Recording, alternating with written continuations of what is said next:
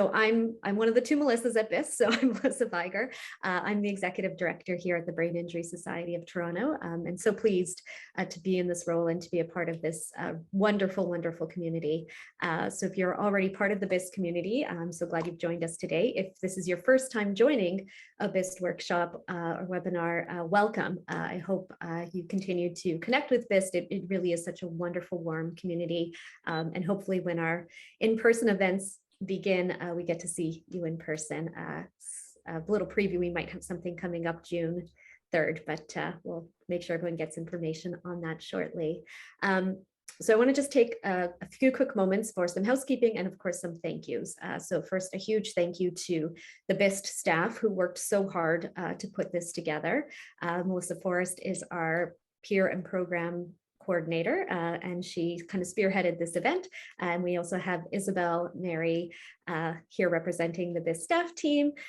Roxy and Andrea are here as well, and Dr. Carolyn Lemsky, who is a member of our board of directors. So just want to thank everybody for coming out today. And of course, thank you for joining us as well. So this is your workshop. So I know we're all in different spaces kind of throughout the province, I think, but please feel free to, put your name in the chat box, introduce yourself, connect with other caregivers through the chat. This is here for you. We also invite you to ask any questions and also any comments, anything you want the speakers to address. Please feel free to put that in the chat box. We want to make sure we're meeting your needs today as well. So before we get going, there's a couple of other things. I'm going to do a quick poll. So when we talked about having this caregiver workshop, there was a really rich conversation in our Equity, Diversity, and Inclusivity Committee about what the word caregiver means, what it's used for, when people use it. Often it's advantageous to use the word caregiver, like in a hospital setting when you're advocating for yourself or your loved one. But sometimes it's a term that people aren't really comfortable with. So as BIST kind of thinks about how we name webinars like this, or when we talk about our caregiver support group, we want to make sure that we're being inclusive and that we're including how you identify as someone who supports or loves or cares for somebody with a brain injury. So I do have a quick poll ready to go. Feel free to answer it. If you're not comfortable, that's totally fine too. It's not a requirement of being here. There is a other checkbox. If you do check other and you want to put in the chat box how you identify, please do that as well. So I think, Melissa, now that you're the host, you have the poll power. So if you can just pop that up, that would be great.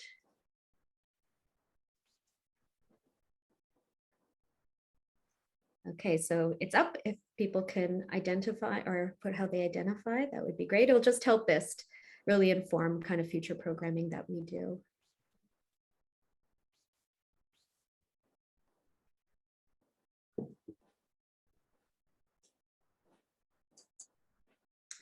Are we getting responses, Melissa? Sorry, I can't see it. Quite a diverse identification. But at this point, most people do identify as caregiver. But a lot of people actually identify as kin, spouse, family members, siblings, and chosen family. I love chosen family. Yes. Awesome. Thank you. Thank you, everybody, for taking the time to do that. We will capture that data and make sure that we're using the language you prefer as we kind of move forward. And I see some people adding in the chat as well, so that's great. So the way the workshop is going to run today is we have 3 amazing speakers starting us off, talking about being a caregiver, some strategies to support you as you navigate the journey of being a caregiver and supporting somebody with a brain injury. We're then going to take a quick break and, we can all decompress, so you guys can continue to chat in the chat box, whatever is good for you. And then we'll come back in the second part of the workshop. We'll be talking about what BIST can offer you as a caregiver. So some of the free supports and programs that BIST offers that you can connect with and that are available to you to access. So that's how it's going to run. I'm going to stop talking very quickly and get to the workshop. But first, I really need to take time to acknowledge the people who make this happen. BIST is so grateful to have PIA Law as one of our, well, not as one of our, as our platinum corporate sponsor. They've been our platinum corporate sponsor for many years now, which we're exceedingly grateful for, especially these past 2 years where times have been a bit more challenging. PIA Law has always been there to support us and our members. So huge thank you to them. I'm also going to thank Tanya's Ride for Brain Injury. This event is also supported by them. Tanya's caregiver, Keith Luter, who's a member of the BIST community, he and his family put on a fundraiser for BIST every year, and the proceeds go to help with our caregiver supports. Unfortunately, Tanya, who was a member of BIST, passed away a couple of years ago, and they still do the ride in her honor and support BIST and BIST initiatives through those funds raised. So I want to take some time just to acknowledge Keith and the Luter family for all their support as well. We are very fortunate today to have representative here from PIA Law and a good friend of BIST's. Ben Irantalab is here. He's from Oatly Vigmund. I'm going to read a quick bio of Ben so you get to know him as well as we know him. I'll also put his email in the chat box if anyone wants to connect with him during or after this webinar. And then Ben is going to kindly introduce our first speaker of the day. So Ben first joined Oatly Vigmund as a summer student in May 2013. He returned to Oatly Vigmund as an articling student and was later welcomed to the firm as an associate lawyer following his call to the bar in June 2015. He holds a Juris Doctor from the University of Ottawa, a Master's of Arts in International Affairs from Norman Paterson School of International Affairs at Carleton University, and an Honours BA in Criminology from York University. He enjoys the complexities of personal injury litigation. His practice is exclusively devoted to representing clients with brain injuries, spinal cord injuries, and severe orthopedic injuries. For Ben, the cases that require special creativity and thinking outside the box are most gratifying. Ben has represented clients successfully at all levels of the court in Ontario, including the Ontario Court of Appeal, as well as the Alberta Court of Queen's Bench. He has also acted for clients on leave applications to the Supreme Court of Canada. Again, we're so grateful to have you here today, Ben, and thank you for joining us. Thank you so much, Melissa, for that introduction. All of that is really to say that a large portion of our practice, a large portion of my practice is dedicated to representing clients who've suffered brain injuries. And one thing I've learned over the years is the important role that caregivers play, not just in the day-to-day life of a brain injured person, but also in the litigation process. And the litigation process, some of you may know, can be quite lengthy. It can take anywhere from 2 years to 5 years. It can be very stressful. It can be tiring, and having a supportive caregiver can make a huge difference in a successful outcome in the litigation as well. So thank you so much for everything that you do. We do really see the difference. I'll say a few words about the PIA, and thank you for that kind introduction again, Melissa. The PIA, for those who may not know, stands for the Personal Injury Alliance. And it's really an alliance of 3 law firms, Oatly Vigmund, McLeish Orlando, and Thomson Rogers, who are really the 3 leading law firms, not just in Ontario, but also I would say in Canada. We've represented clients, severe brain injury clients in other provinces as well. And we're always very pleased to support programs such as BIST, the educational programs that BIST puts together, like this one today. They're always fantastic. We have amazing speakers lined up today. We'll start off with Roxy Rice, and then go to Dr. Caroline Lemsky, Zoe Mentz. They'll all talk about being a caregiver for someone with a brain injury and strategies to support them.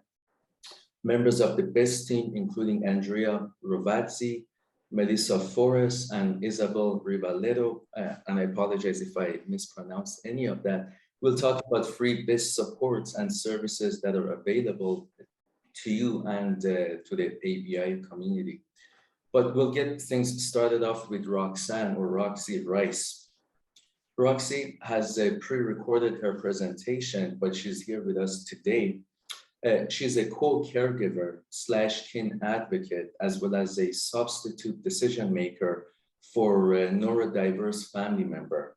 She's also an acquired neurodivergent person who shares stories about acquired brain injury and non-apparent disability, post-traumatic growth, resiliency, and resourcefulness, and navigating monocultural bias and subtle acts of exclusion. She's committed to ancestral healing, decolonizing intercultural communications, and fostering global reconciliation indigenization. Prior to her brain injury, she was an intercultural worker and educator. She now volunteers as a bridge figure, someone who acts as an interpreter between cultures, introducing people who look at the world in one way to another way of looking at the world, and a brain injury advocate for accessibility in the acquired brain injury and non-apparent disabilities communities, and anti-oppressive communications, interculturally effective practices, and trauma-responsive client empowerment-based approaches within the Ontario health system and nonprofit community agencies. She's part of VISTA's Equity, Diversity, and Inclusivity Committee. She has a plethora of knowledge and experience, and her full bio can be found on her LinkedIn page, which we're gonna put a link to in the chat group. Take it away, Roxy.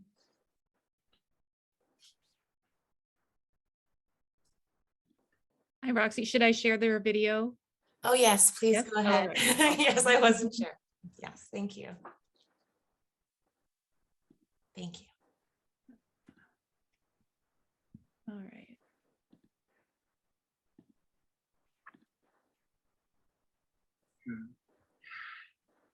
What does it mean to be a caregiver?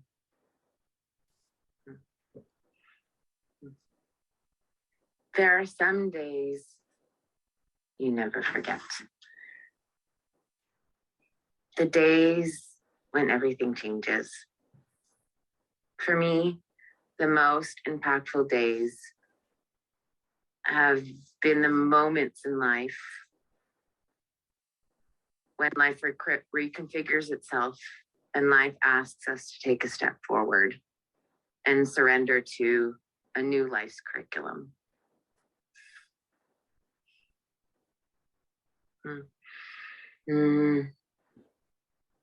Most recently, all of us experienced a massive collective change to our life's curriculum with the announcement of the pandemic lockdowns in March 2020.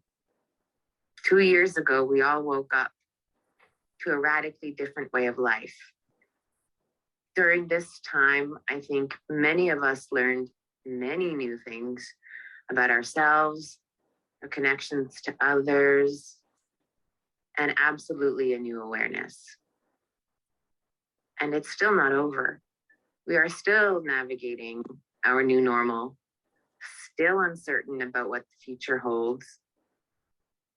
I mention our current predicament because it's not unlike the massive life interrupt or disrupt that occurs to one's life when faced with the brain injury, or any personal health scare for that matter, that can cause one's life to change in the blink of an eye, which reverberates outwards to change the relationships in families, friendships, professionally, and even romantically.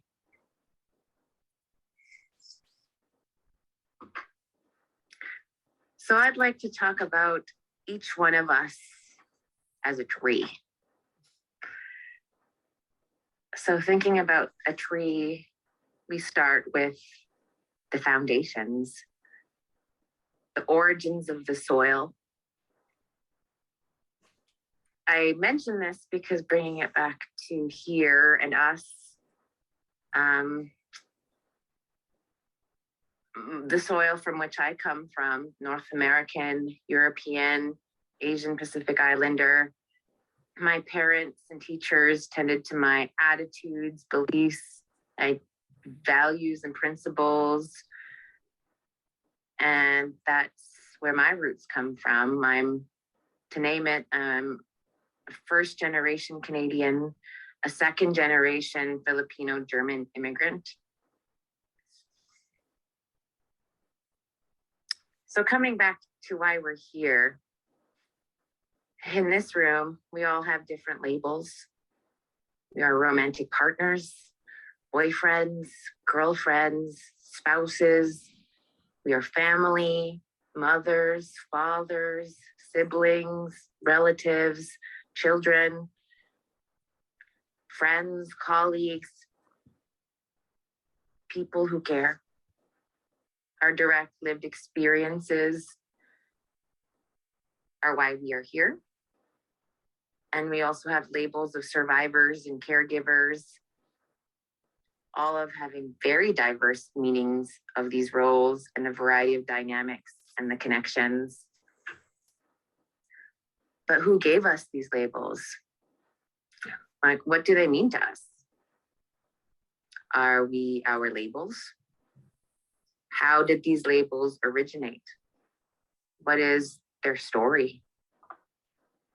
So from these roots and these labels, the trunk, I want you to think of the tree. And I'll share a bit of my origin story and core growth. My father had transient ischemic attacks, which are like mini strokes, and cancer. My mother was a widowed newcomer to Canada. My sibling had a diagnosis, and my relative had a stroke.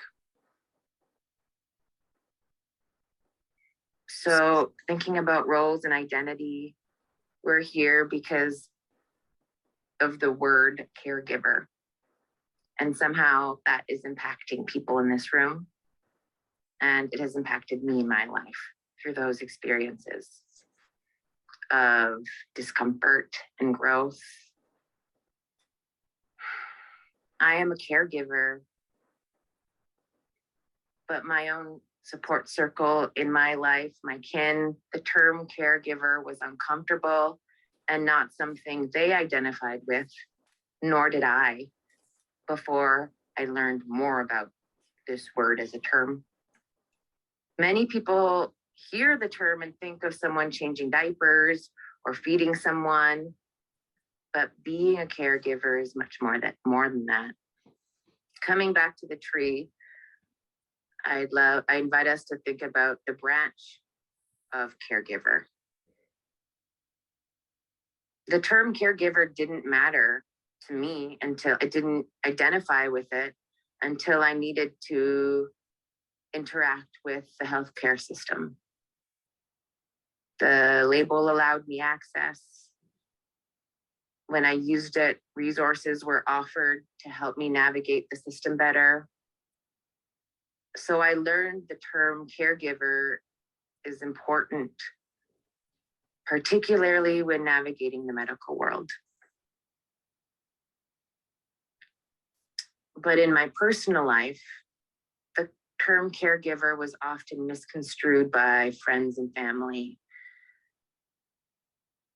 And unfortunately, with what people thought caregiving was, and they didn't know why I was tired or stressed, they thought different things and didn't relate. I felt like I couldn't really talk about my experiences with my connections with my family and the people, particularly my sibling, that anyone really understood or related. So caregiving or being a caregiver to me is being of service. And I needed to learn skills to advocate and support my kin with their needs. And I learned that label of some labels assist us, and caregiver is one of them. It was through attending family support workshops that I really learned about what a caregiver is. Ultimately, a label that is highly helpful in the healthcare system.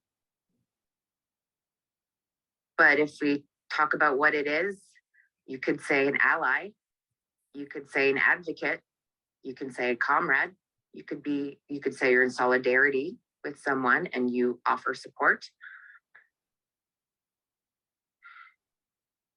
And I say those words because advocacy, I learned, was an essential skill in order to best support my family members, my sibling. So for a lot of my life, caregiving was something that I did and a word that I used and labeled myself as when interacting with doctors, healthcare providers. But I am also a survivor. I live with the impacts of 2 brain injuries, and I am also still a caregiver. So why this term matters? From the perspective of both sides, we could all use support, and I've actually felt like the people who were there for me were feeling emotional stress, and we were on the journey together, and I didn't know what I was going through, and they were trying to be there. And I asked some friends and people to go because I know what these groups can be like, because it's a place where people learn, relate, understand each other, and how to better be there. And I wanted that for them, but also for myself, because we all need support and to learn new life skills. And so I offer the idea of caregiver as a word that offers access for people who are in a role of caring for someone, and you may not feel like you identify with that word or label, and that's okay. But what I'd like to say is we are all on the ABI path, overcoming barriers and needing to access resources. And we can all benefit from a little support of our friends, and BIST is one of them. And today, there are a variety of people with the different roles and labels who are wanting to offer support and resources and learning and skills and a place to feel understood, and maybe you can relate. But for those who feel discomfort with the term caregiver, and I know that my friends did, they call themselves Team Recovery Roxy. And you don't just look out for that label if you're looking for support and a place to learn and for people to understand. That is what the term caregiver means to me. Thank you.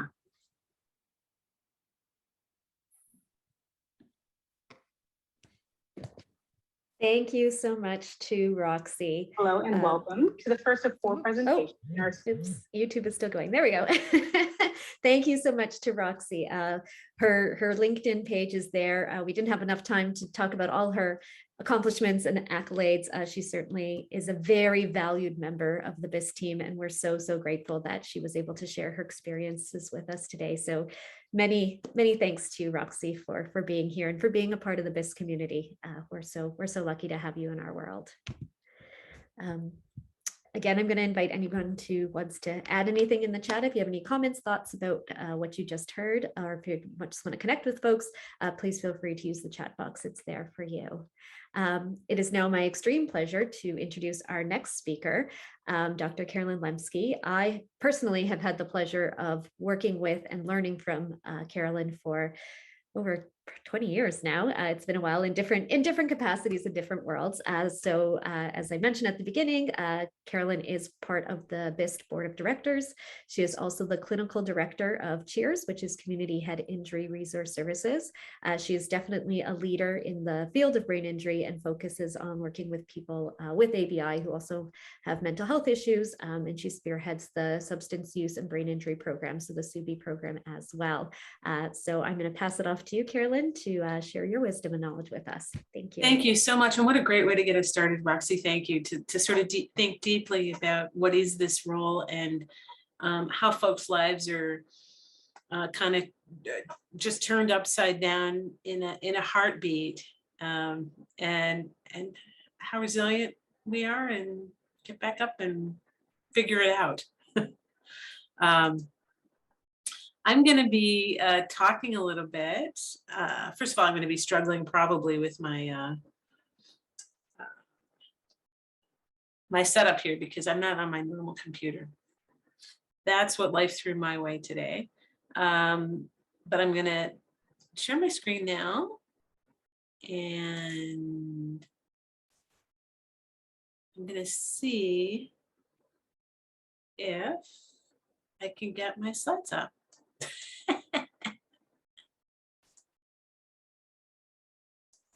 That didn't work. There we go. All right, this can be a little kludgy. Share screen. Oops, I'm going to share this one. Share. And I'm going to bring, go. This one here. Ah, there it goes. And just to illustrate what I'm talking about, we're going to be talking a little bit about the gap between say and do. And I'm a good example of that this morning. I had intended to, get up early and do a bunch of chores before we did this, but I was tired and I kind of listened to myself and I just sort of went, you know what, it's the weekend, it's kind of a rainy day. I think I'm gonna hang in bed for a little while here and then get up and do some of the things I need to do. So as we talk today about the gap between say and do, this is not a brain injury phenomenon necessarily. This is a human phenomenon and an entire self-help megalith has developed to help us to figure out why is it that I intend to do things, that I want to have follow through, that I want to be really, really consistent. And why do we as human beings often fall short of our own expectations? And there's an application, of course, to folks who are living with the effects of some kind of neurological difficulty. So we're going to dig a little bit into that, but I hope also to talk about what are the kinds of things that we can do about it, and maybe point to a couple of resources. But before I start jumping in too heavily, Melissa, how long do I have for talking? Can you give me a time? How long I should, should go? About half an hour, and then a little bit of time at the end for questions. Okay, perfect. And if questions come up, Melissa's going to monitor the chat box because I can't see everyone's faces. And so it would help me to know how some of this stuff is hitting folks and whether or not there's any questions. Okay, and Melissa, you can, if something comes up, you can interrupt. Okay. Okay, got it. We're going to try and be a little bit informal about this. So what do we mean by the gap between say and do? Seem sincere, which I really was sincere about my intentions this morning, but you can't follow through. Either doing something, so like a planned activity or a habit that you want to develop, or not doing something, like eating 2 pieces of brioche this morning with your coffee. It really kind of is, it's about following through or doing that thing that we call willpower, maybe. Although in my journey as a human being and working with folks who live with things like substance use disorders or living with acquired brain injury, there really kind of is no such thing. Another thing that happens is setting unrealistic goals. I might decide that I want to run a marathon in 2 months, but that wouldn't be the kind of goal that I could really follow through with. And that would create a gap between say and do. And then we talk a little bit about poor time management, which is my husband calls me time optimistic. I have that lovely attention problem kind of an issue where I totally underestimate how long things are going to take and wind up behind time quite a bit. And then we all know those times when we quit easily. So we might reach the first problem and then kind of give it up. But the first thing to think about is that, you know, if we're setting goals for ourselves, a goal without a plan is just a wish. And very often I'll be talking to people in my own life and in my practice where, you know, they may have a very ambitious and wonderful goal, but don't have actually that step-by-step plan to get us there. And that's a clue for what we can actually start to think about doing about when there is that gap between say and do. And then the other thing is being overly optimistic or not really thinking deeply about what it is to reach a goal. I love this little picture because I think it, I've seen it in a lot of different contexts, but I think it really describes the way life actually works. You have a plan, and as they say, Mother Nature may have a different plan for you. And so when we're making plans, we really have to be thinking constantly about what could go wrong and what our plan B is in that event. And so that's another clue to what we might want to do about it. And this is what I was kind of experiencing this morning. A body at rest kind of will tend to stay at rest, inertia. And I know that get up and go is one of those things that can really be drained away, whether you're you know, in a stressful situation and you have too much obligation, and that can be a part of a caregiver's life, or whether from a neurological perspective, there's something that's creating increased fatigue or a reduction in a person's ability to initiate. And we'll talk about that in a minute. And this is a little graphic that was shared with me, I don't know, probably about 15 years ago or so, by a business consultant who was talking about managing organizational change. I'm on senior management at Community Head and Human Resource Services. So we get these workshops every once in a while about how to help our agency meet its goals. And I thought it was really, really telling when you really think about what it is that when you're trying to make a change, what it is that's really happening. So you may set a goal for yourself, but you have to have the abilities, the desire, the resources, and a really clear action plan to see a change in whatever is occurring, right? In the absence of a goal, there's confusion, even if the other things are present. In the absence of the right ability, if it's not a won't do, but it can't do, then there's frustration and anxiety that happens. Oftentimes, and I know this as a rehab provider, that's kind of a label that gets tossed around. And as a provider, I'm often in a situation where I'm trying to help a person figure out what's worth doing and how do we get there, setting goals.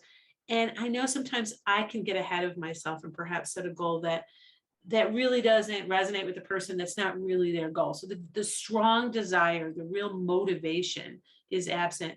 And then when that happens, there's just no change. And if there aren't the right resources, and if there aren't the right action plans in place, there's just a lot of false starts. And I often bring think myself to, if I have set a goal and I haven't followed through, if there's been that gap, what is missing here? Is it the goal? Is it the actual ability to meet that goal? Have I set the wrong goal in some way and I need to kind of readjust?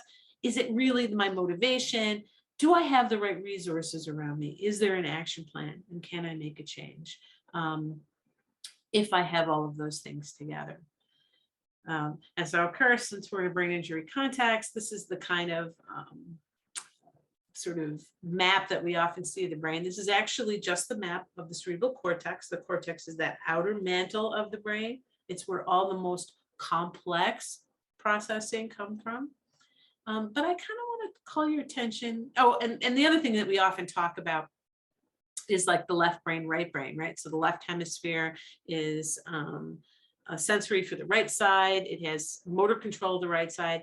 Left, language, speech, organization, analysis, calculations, time sequencing, recognitions of words and letter. And then on the right side, we tend to think of it as more related to creativity and the spatial aspects, actually for both sides, perceptually for both sides of the body, but motor control to the left, spatial ability, context. You know, it's kind of where gut feelings come from, and recognition of faces. So we often think of, you know, that outer cortex, and then people will tell us, well, the hemispheres of the brain. But I kind of want to go another level and talk about this a little bit differently. Because in actual fact, the reason that human beings have such such trouble with say and do often is because we're trying to live modern lives with brains that were really designed millennia ago for very different circumstances. So we're kind of in, you know, we've got these Stone Age brains that are trying to navigate modern circumstances. And so let's look at the brain, and the brain kind of evolved from the inside out. So the oldest parts of the brain, we call it the reptilian complex. You'll see it as the old brain, lots of ways of referring to it. And that's where instincts and autonomic functions come from. It's the stuff that happens very, very automatically. And then you have the limbic system on top of that. And that's where emotions and drives and fear come from. So, you know, a reptile may act really reflexively, but they may have rudimentary fear and run away from something that might eat them, or they might, they definitely have like a desire for food and sex, so they're going to have those emotions that drive them to those behaviors. But there's not a lot of reasoning going on or conscious aware thought. And that's that last level of development, ontologically or in terms of evolution, that gives human beings this ability to reflect on the fact that we're not always doing the things that we really want to be doing. And what we have to realize, and this is just another little graphic of the evolution of the brain, and what I'm going to point out here too is that the light blue part is cortex, and we only get up to just mammals or lower mammals, but you can see that that part over evolution is getting larger and larger in mammals, and then in human beings, they need so much surface area that's where you get the wrinkles of the brain. So when we really think, so this brain that was designed by evolution allows a lot of, I don't know what that does that anymore. I use that slide. So this brain that was designed. So one way to think about what the frontal lobes does, and that's the part of the cerebral cortex that does a lot of thinking, right? That does all of the reasoning and judgment. That's the part of the brain that's thinking about what should I do next. And the part of the brain that's taking in all of the sensory information, and we can sort of loosely call that the parietal lobe. That's sort of like what's happening right now. That's all of the current sensory information. And then in the limbic system, in the middle of your temporal lobes, there's a structure called the hippocampus, and it's kind of like the index for memories. It gathers together all these sensory experiences, puts consciousness on top of it, and then says, okay, this is what happened. And it gives you a sort of a way to pull together all that sensory information in something that we experience as a memory. So that's really kind of how it works. Your brain is operating on a lot of different levels simultaneously. So let's think about how we think. Okay, and there's this cute little video, and you'll notice that the name that flashes up is Centis. And if you remember that and you Google, there's a whole whack of these little videos. This will take about 2 minutes if I can get the technology right. And it kind of gives a really good overview of the way the brain works and conscious thinking.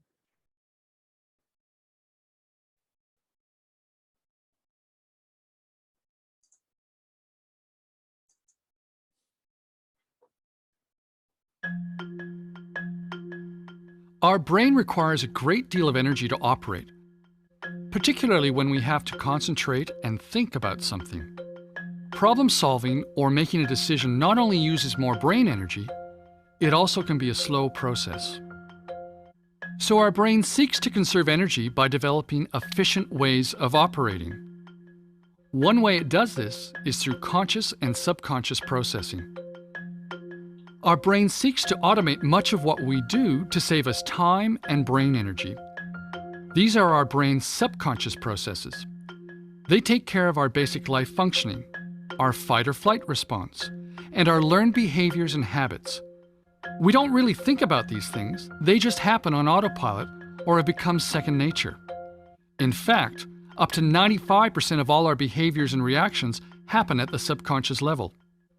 Our subconscious is also involved in the recording and storing of our experiences and knowledge, forming our memories. These are stored in our brain like photos in a picture album, which we can refer back to later. The way we think and feel about these experiences forms a frame around the photo. This is how we give people, objects, or events meaning. Over time, this is how our attitudes develop. For the most part, our subconscious processes help us navigate the world efficiently. Yet sometimes we might develop unhelpful habits or attitudes that prevent us from achieving our goals. This is where more conscious thinking can benefit us. Our conscious processing involves our higher thinking capacity, where we can be more mindful and considered in what we think, feel, and do. We can use conscious thinking to reprogram our subconscious and change our thoughts, attitudes, and habits. While thinking consciously takes more energy, it is how we take greater control of our brain and achieve our goals.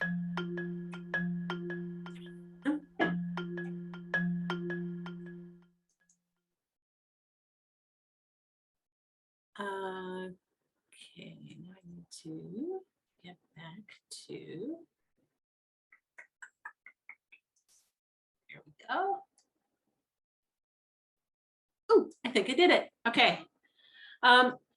So I kind of did the little screenshot here of this. It's pretty astounding statistic, isn't it? That 95% of what happens, what neuroscientists might call below the level of consciousness. We're not really thinking about it. It just happened. You ever you're driving in your car. This happens to me. And I had a route that I was going to Cheers.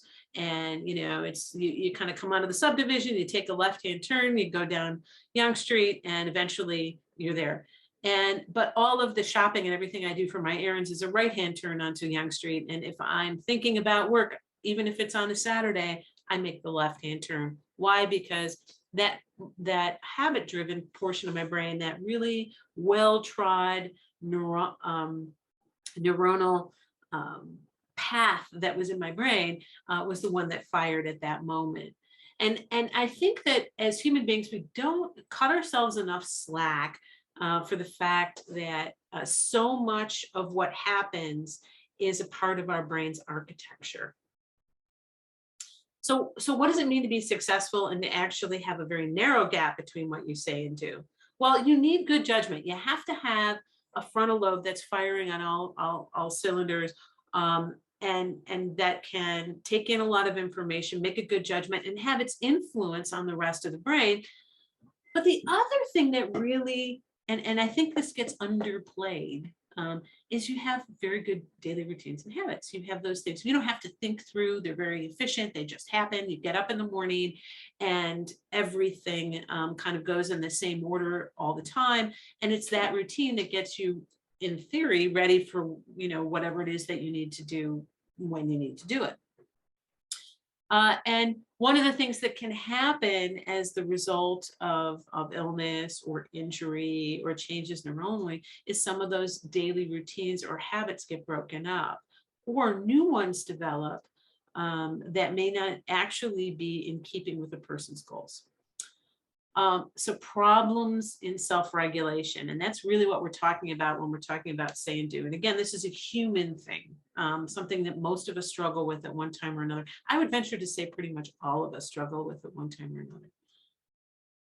much of our processing is done implicitly, meaning below the level of consciousness. We're not even aware of it. Implicit learning is strongly influenced by how the reward system in the brain is stimulated. I'll give you an example. We have our brains designed to really think that sweet is good for us, because back when our brains were designed, the sweet stuff that was around was good for us. It was largely fruit, right? So if you ate your fill of sweet, you were also getting lots of nice nutrients and lots of nice fiber, and it was okay for your diet. So sweets, go for it. And your brain, and many of us, not all of us, have brains that say, sweets, very rewarding, lots of dopamine going to go into the system. We're going to go after those. But we know that now in modern society, you know, we get sweet, we get sugar in these bombs of things that are void of nutrition, but really heavy with the sweet. And that's not good for us. So our brain kind of gets tricked. It's not too different when we're dealing with substance use disorders. Good self-regulation, you know, requires processing emotional information or our own response to a situation. So there's the A or affective, developing the right behavioral responses when it happens, and then this kind of ability to override your implicit processing, the rest of your brain, if your frontal lobe figures out, well, wait a second, this isn't something we should be doing. It's not Saturday, so turn left. It is Saturday, turn right, if you catch my meaning. So the ABCs of self-regulation: affect or emotional regulation, behavioral planning, and cognitive resource allocation. And most of the things that we do in terms of self-help for all of us, or in brain injury rehabilitation, really kind of address those levels of these kind of steps in self-regulation. Now, the ventromedial prefrontal cortex, get a little technical with you. It's kind of like above your eyes, in the middle of your brain. That's kind of one of the areas of the brain that we know is associated with what it feels like to be in a given situation. So, it kind of creates that emotional frame that you talked about, or that was talked about in that little film. So those emotional processing, it kind of accesses all the memory. Why is that so important? Well, because it's a different kind of a memory system from the rest of the brain. And so folks who, if you're having difficulty with actually conscious aware memory, and you're having some difficulty with self-management, the part of your brain that actually is what gives you what it feels like to be in a situation may really have a lot of influence in ultimately what it is that you do. And we know that, I mean, if you know folks who are living with neurological issues where their memory isn't great, they may not remember what the argument is about, but they remember that they argued. They may not remember why they enjoyed a situation so much, but they know they want to go back. And that's something really important when we think about trying to help someone or help yourself to reduce that gap between say and do.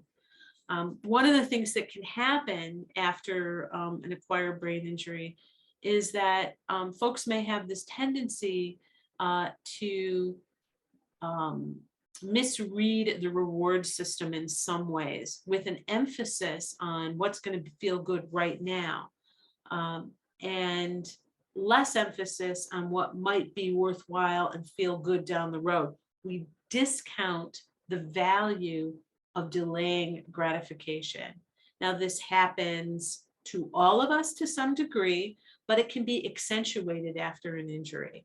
So both TBI and the lasting effects of, say, substance use and some mental health difficulties can change the brain in ways that make us discount the benefits of delaying gratification.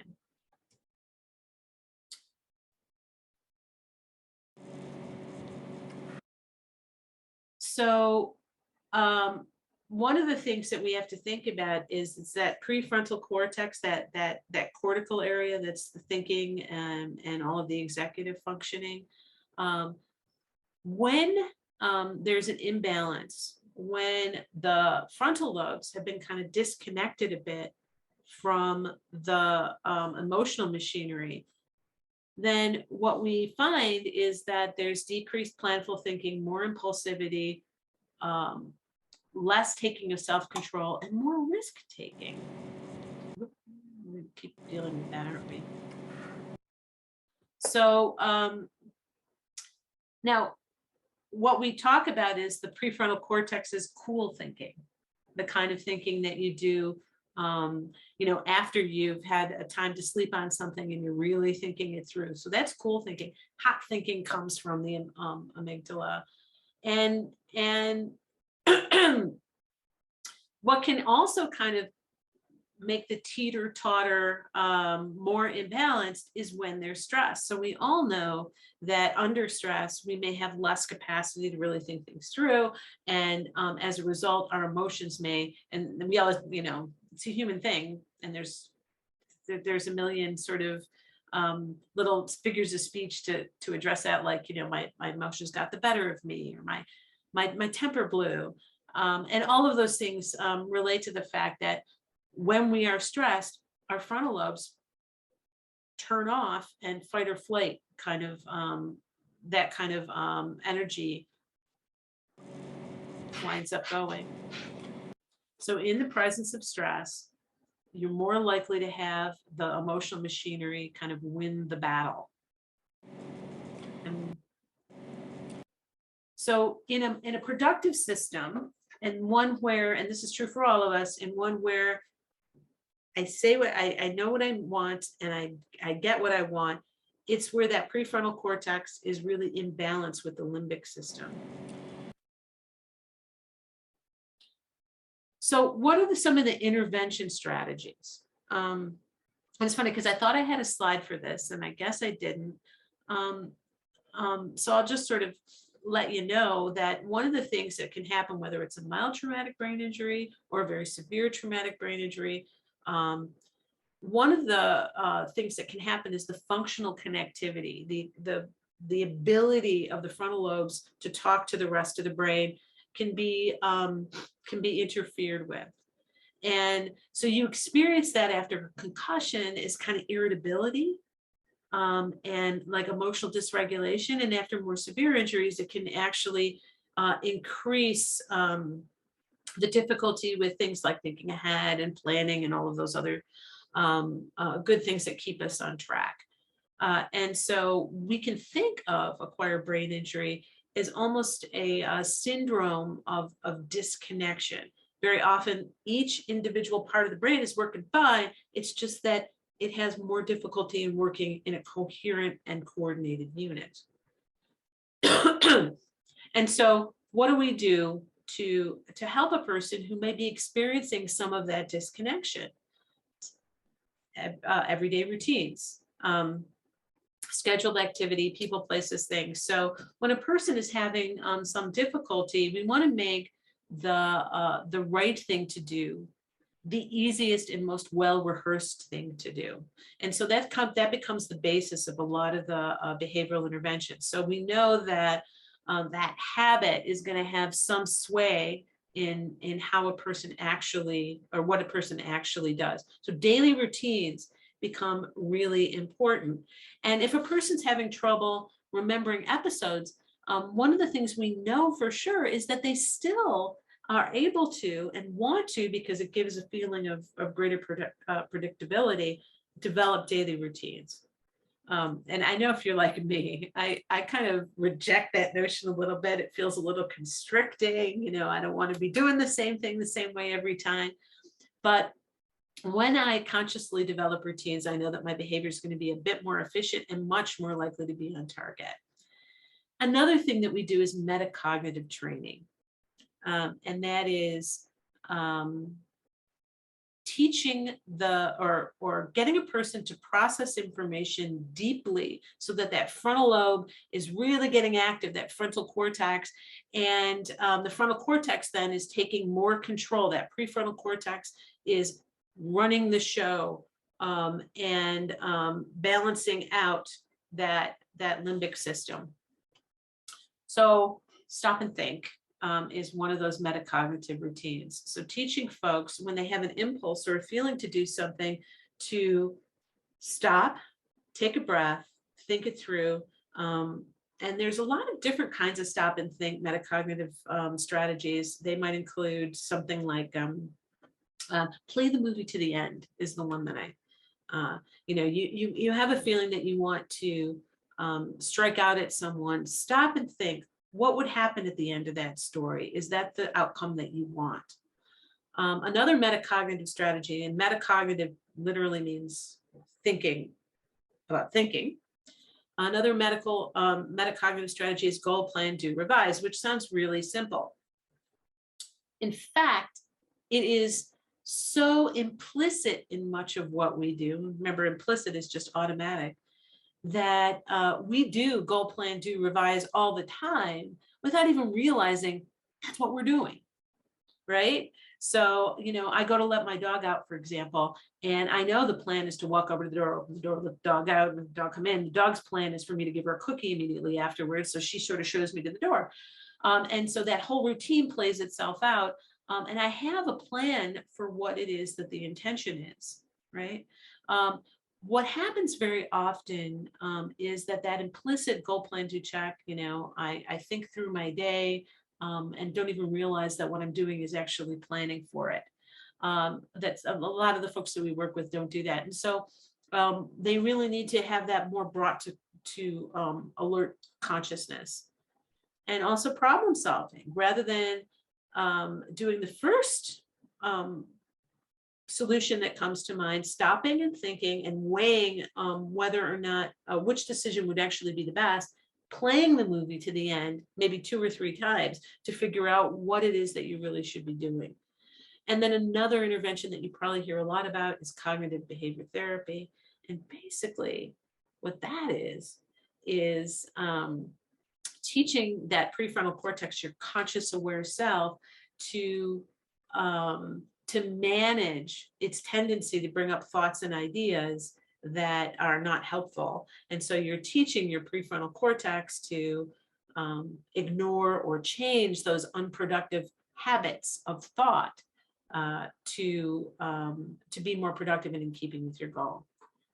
And I know that for some folks, the problems with self-regulation are severe, and a person may not be even aware of how much difficulty they're having with say and do.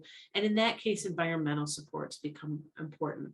So if a person doesn't, remember our little chart, if a person doesn't have the desire to make a change, they don't see a point to doing something differently, then relying on them and their self-management to make that change is kind of a dead end. It's going to lead to no change. If a person doesn't have the abilities to do it, it's going to lead to frustration and anxiety. And so we have to be very careful when we stop and think of the gap between say and do. Is it a lack of ability? Can a person actually do the things that we're hoping that they can do? Can you do the things that you're hoping that you can do? And then if that's not the case, putting in those environmental supports. And if it's a problem with self-control, sometimes that's having a trustee for money. Sometimes that's having a nice structured schedule so that a person knows how to walk through the day in a productive way. And sometimes it's having somebody there, case management, somebody there to help you to make decisions in that moment. Now, I'm pointing you to a resource that's freely available. It's written in a really nice style. And what I was telling my behavior therapist about this book, Atomic Habits, is that it kind of rolls up all of the research that I read about when I was in graduate school millions of years ago, and some of the research that's happened between, and puts it in a nice digestible form. And believe it or not, a lot of the strategies that behavioral neuropsychologists and behavior therapists use are really kind of boiled down really nicely into this book. And actually has a lot of tools. What I like about this book is it takes it out of the context of brain injury and puts it into the context of, as human beings, this is an issue. And as human beings, we all need help with this. And we're all hard on ourselves for having a gap between say and do. It's one of the things that we beat ourselves up for. And then he has some rules, and the rules are very much in keeping with what a good behavior therapist will do for you. I'm going to check my time here. I'm coming to the end of the half hour. Yeah. Yeah. Okay. So I'm gonna talk through this next couple things, and then we're gonna have some time to chat.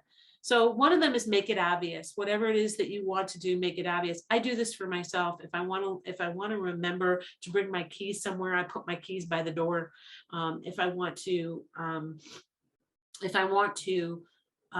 avoid eating certain foods in my house, I put them in the back of the cabinet. I don't take out snack food. I don't leave it in the counter. So I make it I make it less obvious if that's something I don't want to do. Make it attractive. It's not always fun to say diet or exercise, but if you take it in very small bites, take it easy, the 2-step rule, and then figure out a way to make it more interesting and attractive, then I'm more likely to follow through. And a lot of people will talk. I listen to podcasts when I'm walking. I walk my dog longer if I'm listening to a podcast I'm enjoying. So I plan to have enjoyable podcasts on while I'm walking the dog, which gives me exercise and the dog. So you kind of piggyback things that you enjoy with things that you don't really love quite so much. And then that 2-minute rule. I wanted to get back into yoga. My back is bad. I have a weak core, and I was having trouble getting myself to do it.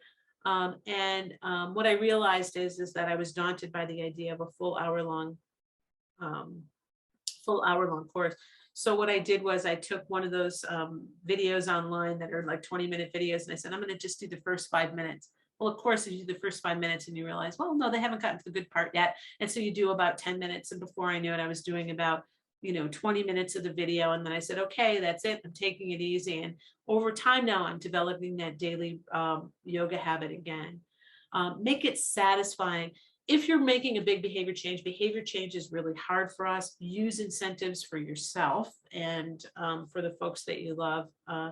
And realize that sometimes the long-term rewards that we're working for are really too far out, and we really do have to reward ourselves along the way. You have to know why you're making a change. You have to have that motivation. And I think that's a step that unfortunately sometimes rehab providers are pretty guilty of not making sure that folks know exactly why they're doing something and what it is they're supposed to do. And I'm a big fan of data. Track progress. You don't know how well you're doing unless you actually write it down, but make it easy to write down. Don't write just do like a tick mark or something, just so that you can pat yourself on the back and see your own progress. That's one of the things that makes it satisfying. And then make sure that at every step of the road, when you make a behavior change plan, that you're reviewing and refining it. Be nice to yourself and focus on the progress.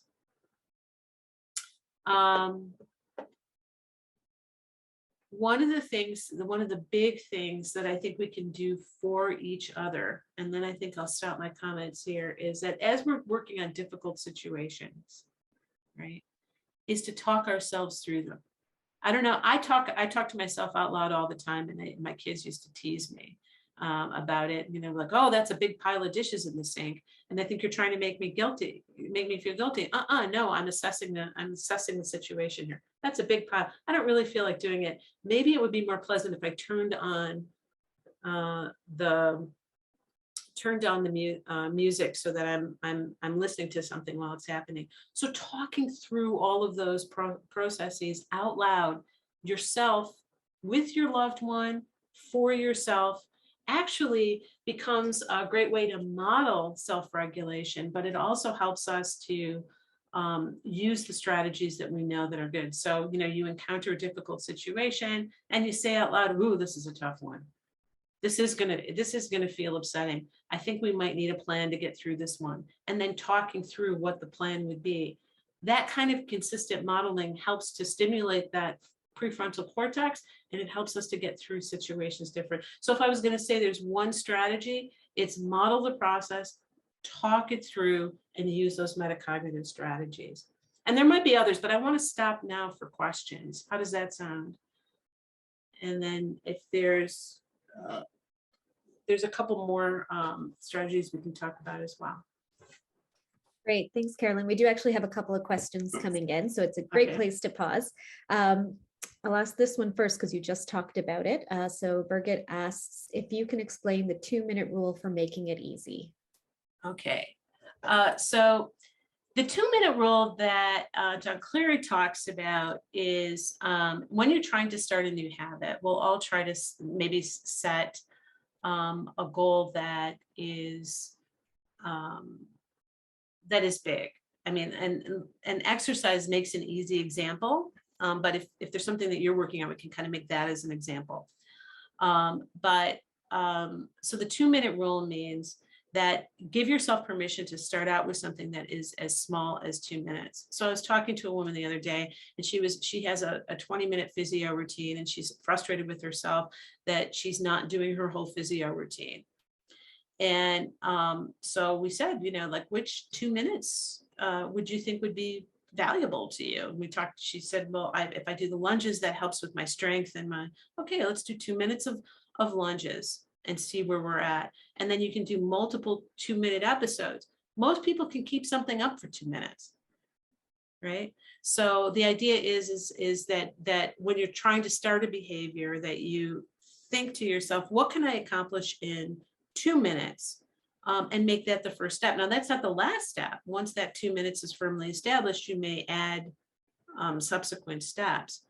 But by beginning so small, you begin to develop the routines that actually support the larger behavior.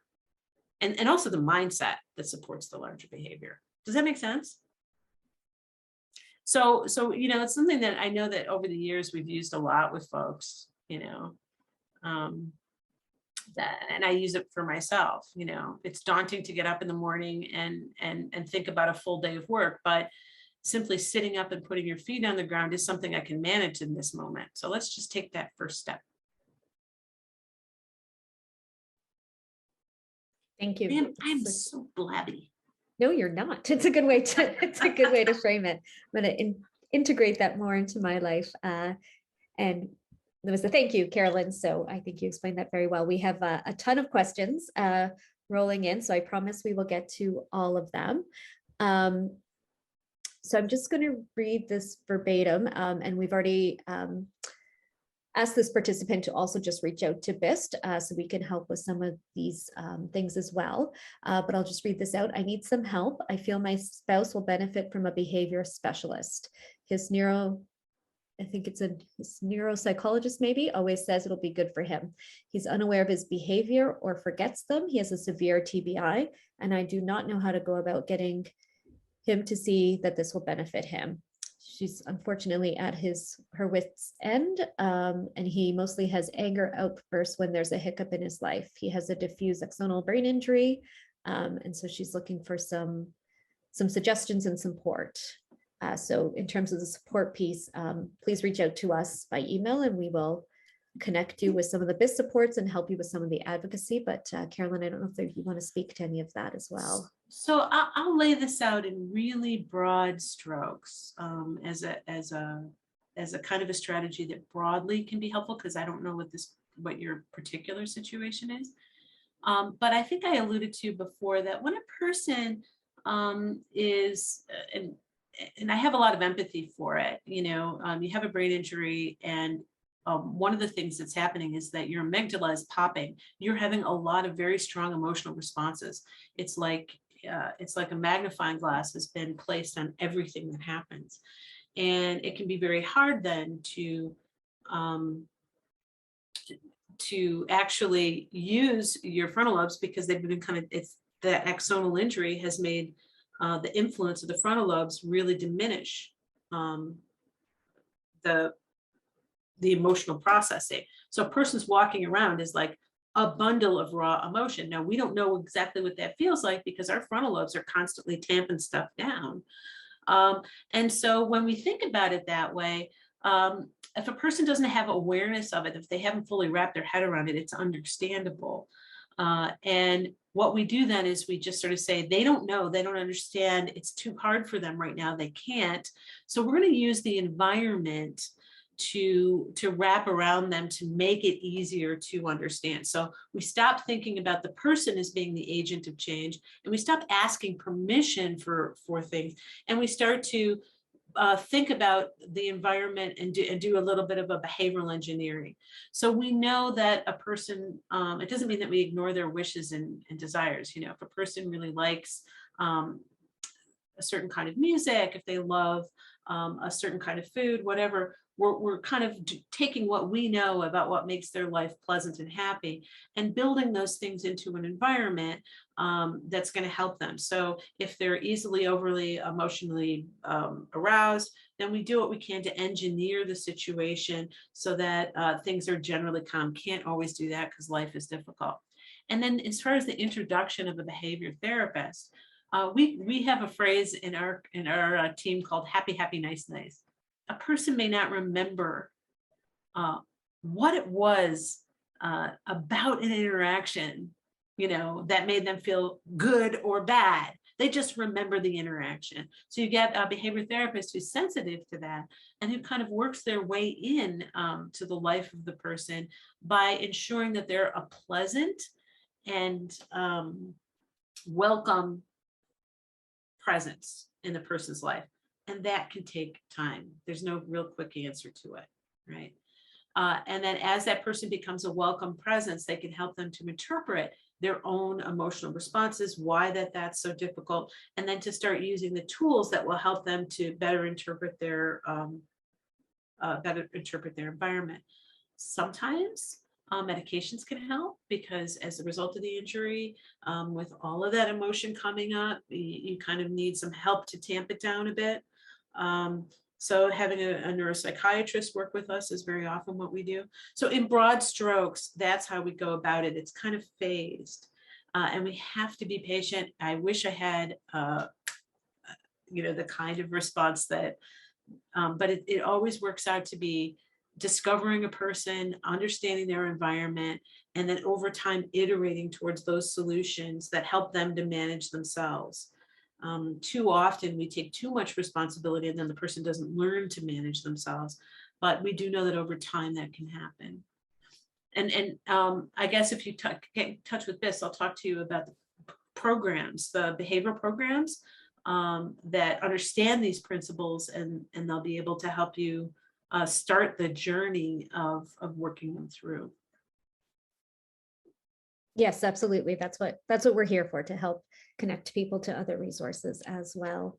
I promise we'll get to all the questions. They are flooding in, but this one is relevant to what you were just speaking to, so I'll ask it next. What is the best way to present this information to my loved one without overwhelming them or triggering them? Should they watch this webinar, or is there another version better suited for someone struggling with the exact PFC symptoms described in this segment? Oh, wow, that's a good question. I play it by ear with a person. You know, I talk to them and I like, what's it like? What have you noticed? And very often by going slow like that and just reflecting back to them the things that they're saying, what you'll realize is that many of our clients have a lot more awareness of what's happening. But when they're flooded with information, the tendency is to go, no, because they're overwhelmed, right? So go slow and elicit if you can. Ask those nice open-ended questions and do so. And this is really hard for a caregiver. It's so much easier in my position as a provider because I don't have so much skin on the line, right? And so I can stop and say, just repeat back what a person's saying. You know, if they say you make me angry, you know, it's going to make you feel upset. But if you can regulate yourself and go, tell me about that. Tell me about how that makes you angry. You might find that, you know, your voice is loud and I can't manage the stimulus, or, you know, you spoke so quickly, I didn't get it.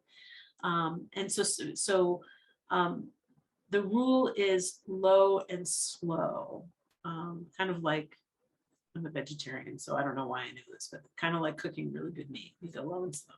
That's what they tell me, unless you're searing a steak. But anyway, but that's the. If I was going to give one strategy, that would be it.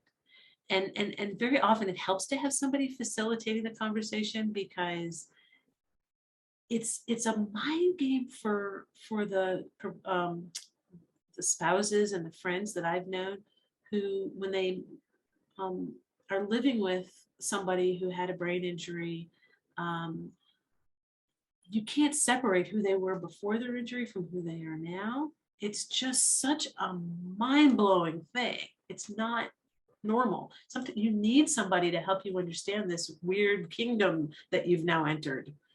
And so if you can get someone to facilitate those conversations, it's often really very helpful. I'm not sure how directly that addresses the question. So Joy, if you have a follow-up, put it in the chat. I apologize. I think next time we do this, we'll do it as a meeting so I can unmute people, because I know sometimes it's easier to have a conversation that way. But Sarah has a question, and I'm going to preempt that question as well by saying, Sarah, if you also want to reach out to BIST for any of the recommendations that are made, and we can help kind of facilitate and find resources, we're happy to do that. But Sarah would like to know what kind of specialty is most appropriate to work with people with brain injuries and where they can be found. You know what? It depends on the person, and it depends on what individually they're having. And also it depends on the professional, I'll tell you. I know speech and language therapists who are brilliant behavior therapists. You know, they get people, they help them to communicate better, and they use all these amazing behavioral principles to make that happen. So it depends on what the individual's going through, and how they're how they define their own greatest needs. Very often, what will happen is like when I was working on interdisciplinary teams in hospitals and also in the community, a client will say, well, you know, I don't care about my problems with memory or whatever. I just want to speak better. And then the speech and language therapist has the person's ear or whatever. And then the rest of the team is kind of providing suggestions for how to make that interaction helpful in as many ways as possible. And we support each other as a team.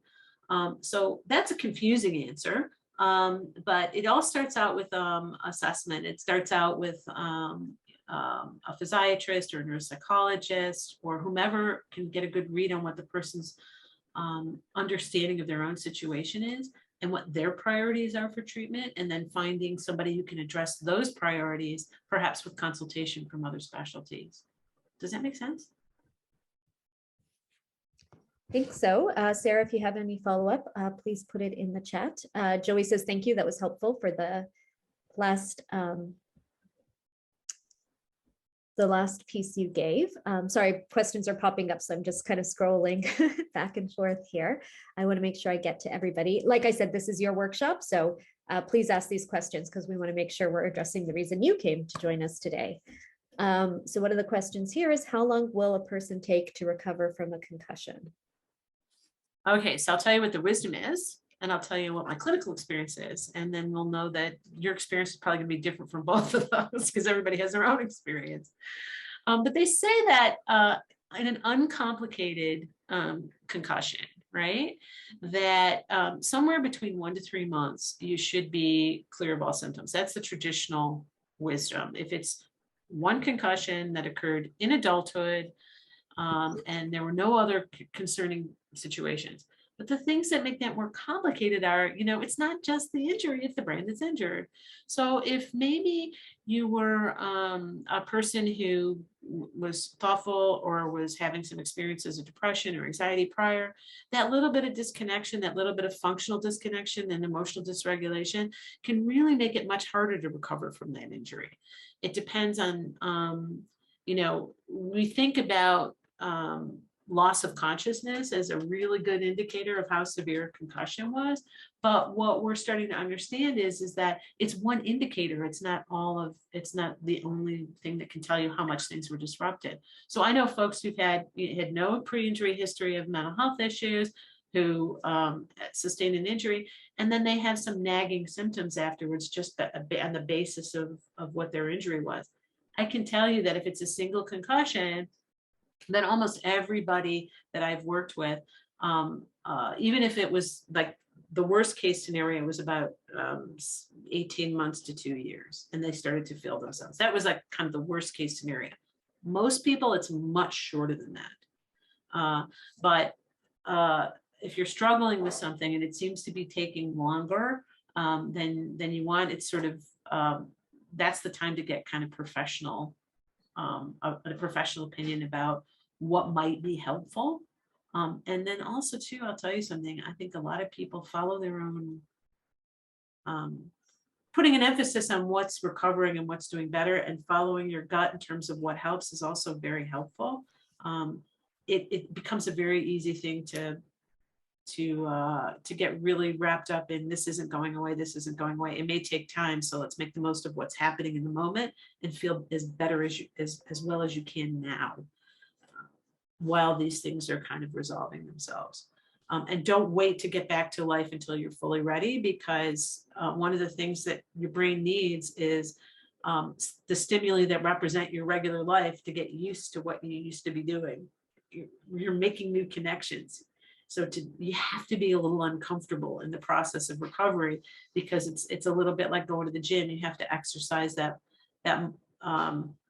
muscle to make new muscle tissue. You have to do those things to get the brain to actually use its plasticity to recover.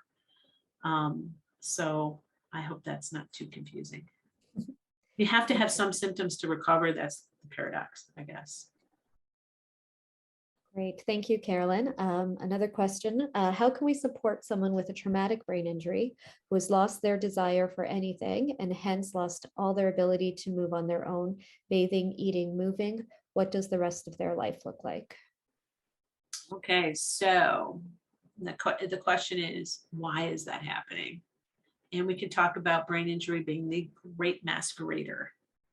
Sometimes things that happen in your brain and they are actually problems with neurotransmission look like depression, and problems with inertia or loss of desire and that flatness, that actually can be a problem with the connection between the limbic system, or a problem with the limbic system, which is the emotional machinery itself.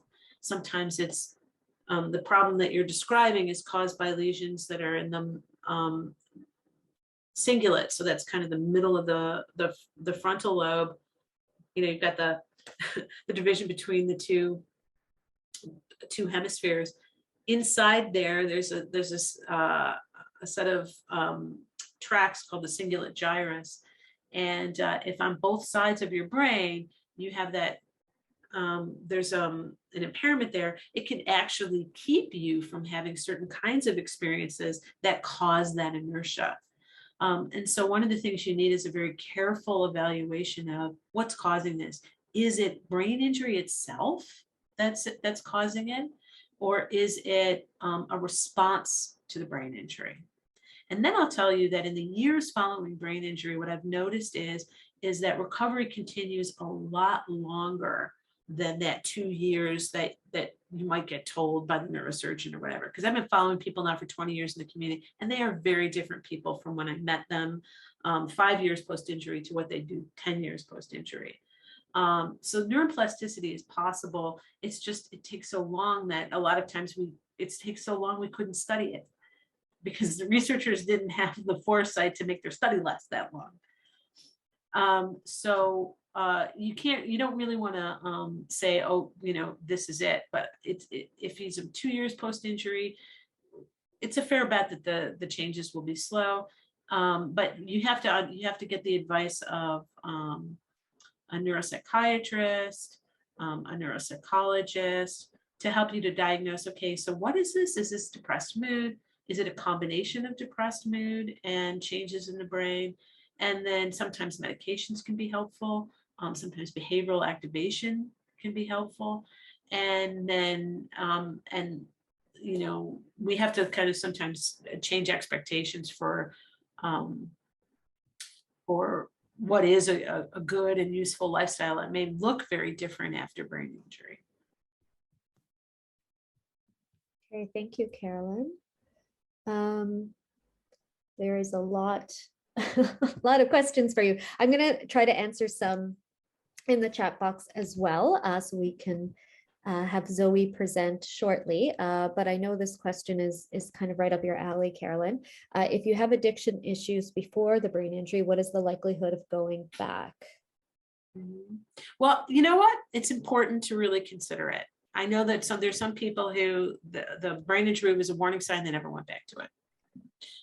But we do know also that when you look at research, about 2 years of post-injury when the problem is alcohol, particularly, there's other drugs aren't studied quite so well, there's a pretty good chance that circumstances will conspire to lead to substance use. So it's important, if there was a pre-injury problem, to actively think about what would prevent going back to the substance use, because very often after a moderate to severe injury, people will take a couple of years off. And because life is hard for all of us, and because there were conditions, one of them being genetics, another one being environment, that created a substance use issues prior that may still be present. All of those things make it important to really stop and consider what would prevent a return to substance use. So the risk of somebody returning to their substance use, I don't know if I could really put a number on it, but it's a lot better than even. It's better than 50%. So, but we do know that prevention helps. And as I've become involved with folks on this basis, closer to the time of their injury, we've been able to see some good results with that. What do? Educate, take a brain health attitude about it. Alcohol and other substances are hard on the brain. They change your brain function. They have the long-term effect of making it harder for you to meet your life goals and to enjoy yourself.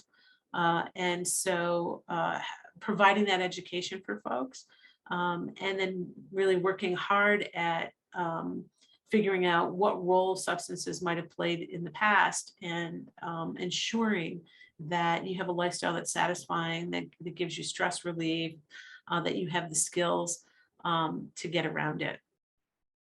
That's great. Thank reasonable. you. I think, Carolyn, this will be the last question I ask of you verbally, and then maybe you and I can tag team answering some of the questions in chat by typing, so that Zoe can present her wonderful portion on caregiver strategies. So the last one I'm going to ask is about, what about someone suffering from ADEM, being in a coma for 34 days? What are the recovery times, acute loss of short and long-term memory? So the longer a person has been in coma, the traditional wisdom goes, unfortunately, the longer the recovery, but it really depends on what the cause of the problems were. There's always, I was just reading a fluke account to somebody who was in a coma for 19 years and came out of his coma speaking, which is not a common thing. So whatever you're told, there's always surprises. But the course of recovery is likely to be, you won't see maximum recovery for maybe 2 or 3 years, or that plateau of recovery for maybe 2 or 3 years and after a person emerges from coma. But then even after that, you'll still see definite improvements, assuming that you have an environment that's supporting that. A person's still having a lot of stimulation, they're engaging in purposeful and meaningful activity, and doing what they need to do to keep their body healthy, because that can be difficult when a person's in coma. Thank you. So for everyone else who has asked a question, we will not forget about you. Carolyn and I will answer in the chat box typing. If we do accidentally miss somebody, apologize in advance. I'm so grateful that we have so many questions coming in. Clearly you're interested in this topic and want to connect. But if for whatever reason we don't get to your question, please email it to info@bis.ca and we can continue the conversation after this workshop. Yeah. I'm on the board. I'm not going anywhere. Listen, I know where thank to you find so you. much for making it such an interesting and wonderful experience. It was nice. I was looking at some of the faces a little bit to kind of get encouragement sitting here alone in my room on a tenant, and Thank you for making this such an easy and interesting experience. I appreciate it. Thank you. Thank you again, Carolyn, for being with us today. I'm going to now pass the baton over to our programs coordinator, Melissa Forrest, and she is going to introduce our next fabulous speaker. So, Melissa, are you there? I'm here. There you are. I can't see on my screen. There you are. All right. Thank you, Carolyn and Melissa. I just want to take a moment to introduce our next speaker.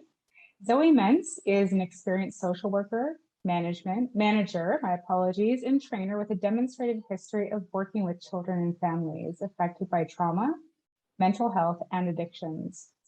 She is skilled in collaboration, public speaking, and program management. Zoe graduated from Wilfrid Laurier University with a Master's of Social Work after completing a degree in psychology at York University. Please welcome Zoe Mentz.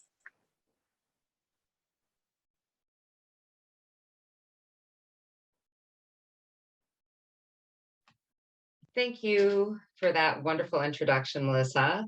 I am showing you the wrong screen. I think you have the self-care assessment on there, right? Or do you have the PowerPoint up there?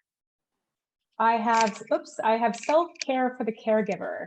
Okay, so that's the wrong screen. I'm just gonna share. No, that's strange. It does say this one.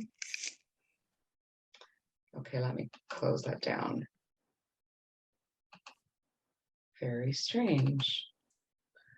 So you're not seeing the PowerPoint title? I believe so. So on my end, I see the social work consulting group. I see this logo. Yes, that's right. Okay, that's perfect. That's what I was looking for. So today I'm from the social work consulting group. Just to give you a bit of background right now, the social work consulting group works with people who've been in traumatic car accidents. And so most of the work that I do is working with people who have brain injuries as a result of a motor vehicle collision.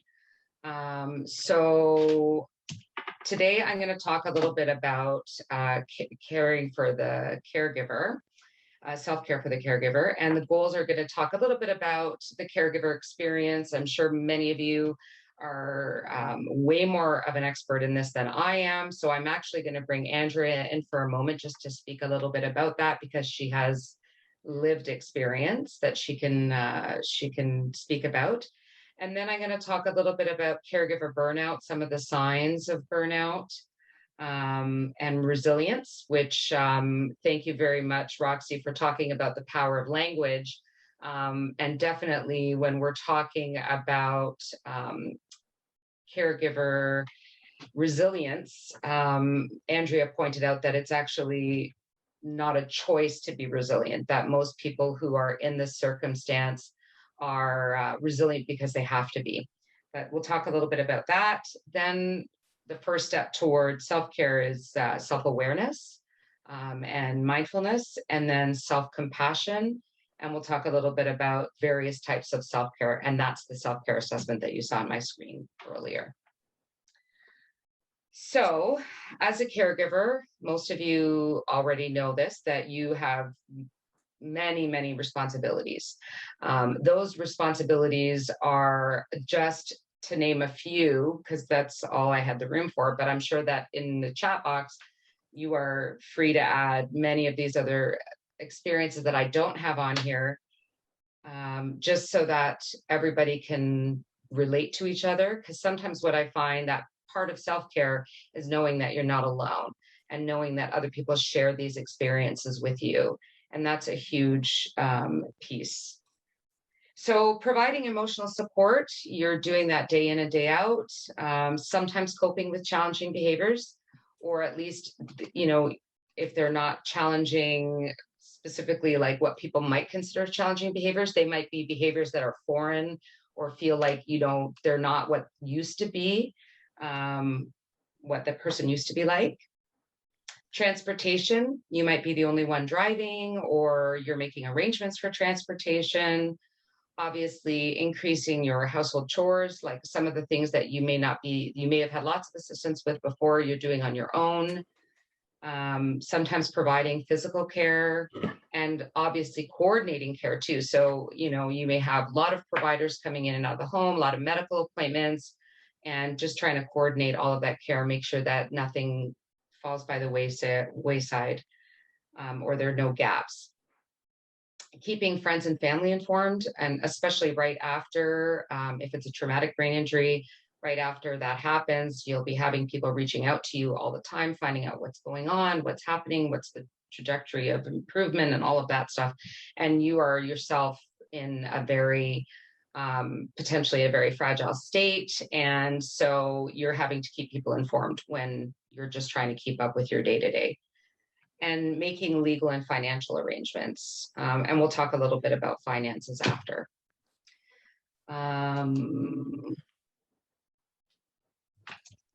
So I kind of found like a few quotes that were online that I kind of just resonated with what I've heard people tell me from their experiences. So I'll just kind of read them out loud. I know pain, I know fear, I know tears, I know loneliness, I know confusion, I know the frustration, I know the loss of friends, I know financial insecurity, and I know the loss of self. So that resonated with what people have said to me. And also your new normal is continuously getting used to new normals. You are oftentimes, something that it could be changing day to day. And like Carolyn said, over the years, you might see different types of progress, and things are just changing all the time.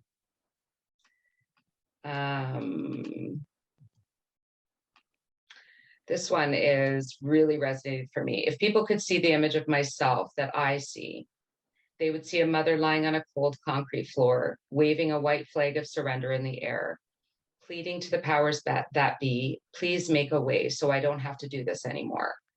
I don't feel strong enough. And then people would see the frustration subside, the tears dry up, and I would repeat the same thing the next day. That's a really powerful way to describe, the sometimes feelings of being unsure that you could just do this anymore, feeling frustrated, feeling sad, those questions about why me, why do I have to go through this, but I don't have a choice. I love this person. They're a part of my life. So I think I'm going to turn it over to Andrea now to just kind of speak a few words or a little bit about the caregiver experience from a lived experience. Yeah, so hi everybody. I would say, this, all of those quotes certainly resonated. And there was something I was thinking of when you were talking, and it's completely gone. As my mother would say, it must have been a lie, but I assure you I was not trying to lie. It really, the piece about getting up and doing it the next day, some days are just hard. And I think that one of the skills that I have had to learn, and I don't think we do this well as a society, is maintaining and holding space for two extreme emotions of the same event. And I think that is a skill that I have had to learn. So, pre-injury, we were happy, we were sad, we were glad, we were mad, it was good, it was bad. And now we hold both of those feelings about the same event. And even throughout the day, things happen and I'm glad that they happen, but then I'm mad that they happen, and I'm happy it happened, and I'm sad at other aspects of it. So it really is being able to learn to live with, different emotions about a single event or a single experience, and acknowledging that, and getting used to the new normal, and the new normal changes. And I think that's the other thing that from a caregiver perspective that I'm sure many can relate to is, you have this trajectory, and then the trajectory changes. And so you think, okay, this is the trajectory, and then that trajectory changes. And so, you spend a lot of time, I think we spent a lot of time pre-injury planning and thinking in the future, and not a lot of time in the moment and being here with what is today. It may be what it is tomorrow, but it may not be what is tomorrow, but this is what it is today. So kind of trying to live in the moment. I don't know if that helps or resonates with anyone. Thank you, Andrea. Definitely, it's what I've heard from people before is it's sometimes very difficult to live in the present moment when you are constantly worried about the what if, and what if this doesn't get better, and what if this isn't this, and they don't go back to being who they were before, and what if I can't keep doing this, and what if something happens to me and they're alone and they don't have somebody to care for them the way that I would. So those are definitely things that block our ability to enjoy the here and now and the present, and instead create a lot of angst and anxiety for us about the future, right? So caregiver burnout, some people, and I have it called on another slide, compassion fatigue. This is something that can easily happen, and you may look at this list of things and go, yeah, I have that and I have that. But or these things are factors for me. The number of things you're doing and the time it takes. So, problem solving and multitasking and all of those things that you have to do as a caregiver. You may have parents, children, other, working, and so many things going on in your life that you're trying to do so many things, and things are going to fall through the cracks. And that's frustrating.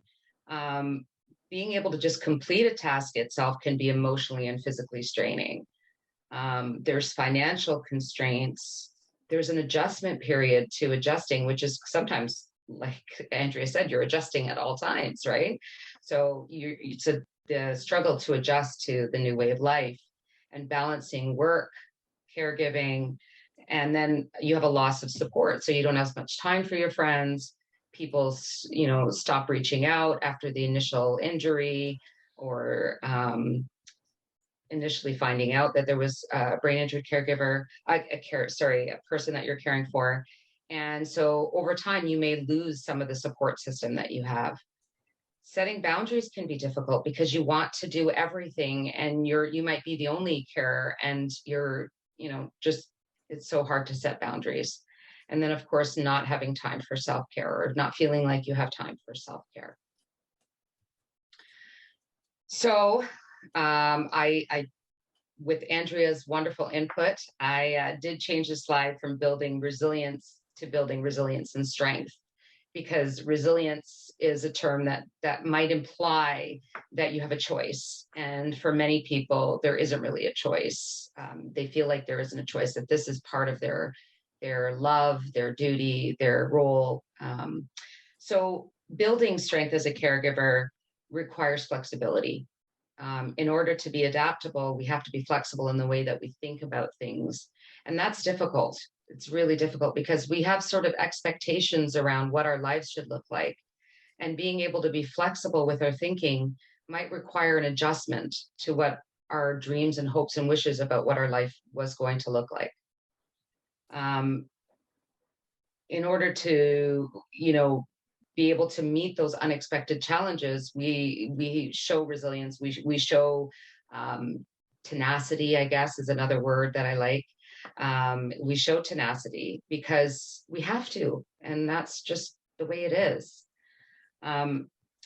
We want to maintain, the goal is that we need to maintain our well-being, and that's kind of what we're talking about today, in the face of huge disruption, right? So we have this huge disruption, and we have to maintain our well-being, which is hard. And the ability to adapt to change, obviously. These are signs, and this is the list where you're going to probably go, yep. I think Andrea did that when we were talking. That's me. And, this is again, it goes back to knowing that what you're feeling is not isolated to just you. And I think that's such a key component to getting to a place where you can be more adaptable and more flexible in your thinking, is knowing that you're not alone, and not feeling guilty for having these feelings. So feelings of helplessness and powerlessness, feelings of, reduced empathy and sensitivity. I mean, you have the same thing all the time, and eventually you start feeling less empathy. Sometimes you get detached and numb and emotionally disconnected, and that's the way people sometimes cope with feeling flooded with all those negative emotions or feeling overwhelmed. You lose interest. You don't have the time, the emotional energy to do the activities that you used to love to do. You may have increased anxiety or sadness or irritability. The smallest things could just set you off. The difficulty concentrating and making decisions. I mean, there's probably an aspect of being sleep deprived, being exhausted, all of those things that make it difficult for us to concentrate in maybe the best of times, right? Physical symptoms. Sometimes people cope with stress by having a lot of they might have physical symptoms. It might also be that they have potentially got undiagnosed medical issues because they haven't been taking care of themselves and going to the doctor because they don't have time. So that might be an issue there as well. Increased conflict in their interpersonal relationships. That could be with their loved one who they're caring for. It could be with other people too, because they do have increased irritability. Neglect of their self-care and feeling withdrawn and isolated. So even when you do have a support system and people reach out to you, you may just feel too tired to talk. And an increased use of substance use as a form of self-medicating. So those are some of the signs that you might have of compassion fatigue or burnout. So when we're looking at resilience, the first thing we need to do is maybe like build awareness. So you look at that list of possible signs of compassion fatigue and burnout, and you go, ooh, I have that. Oh, I'm doing pretty good at that. I think I have some of that, but it's not too bad, but I can see it's kind of getting to an area of concern. So it's kind of taking stock with where you're at. So I'm going to just pull up that and I can email this to Melissa. I can actually put a link afterwards into the chat. But this self-care, just going to move this for a second. If I put this over here, can you see the self-care thing right now? Yes, okay. So this is a self-care assessment. So part of building awareness is actually actively using something like this, a tool, and saying, this is a way for me to maybe take 10 minutes for me to take stock of where I'm at right now. Where am I at with my self-care? Maybe you're doing a good job of caring for yourself, but just things are still feeling really hard. Or maybe there's areas that you could work on and focus on that might be more beneficial. So you might say, for example, eating healthy foods. I do this sometimes, or I do okay with that.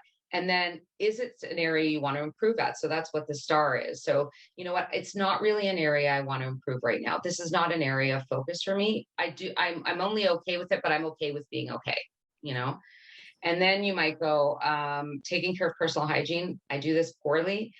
And then you might go, ooh, I need to shower every day.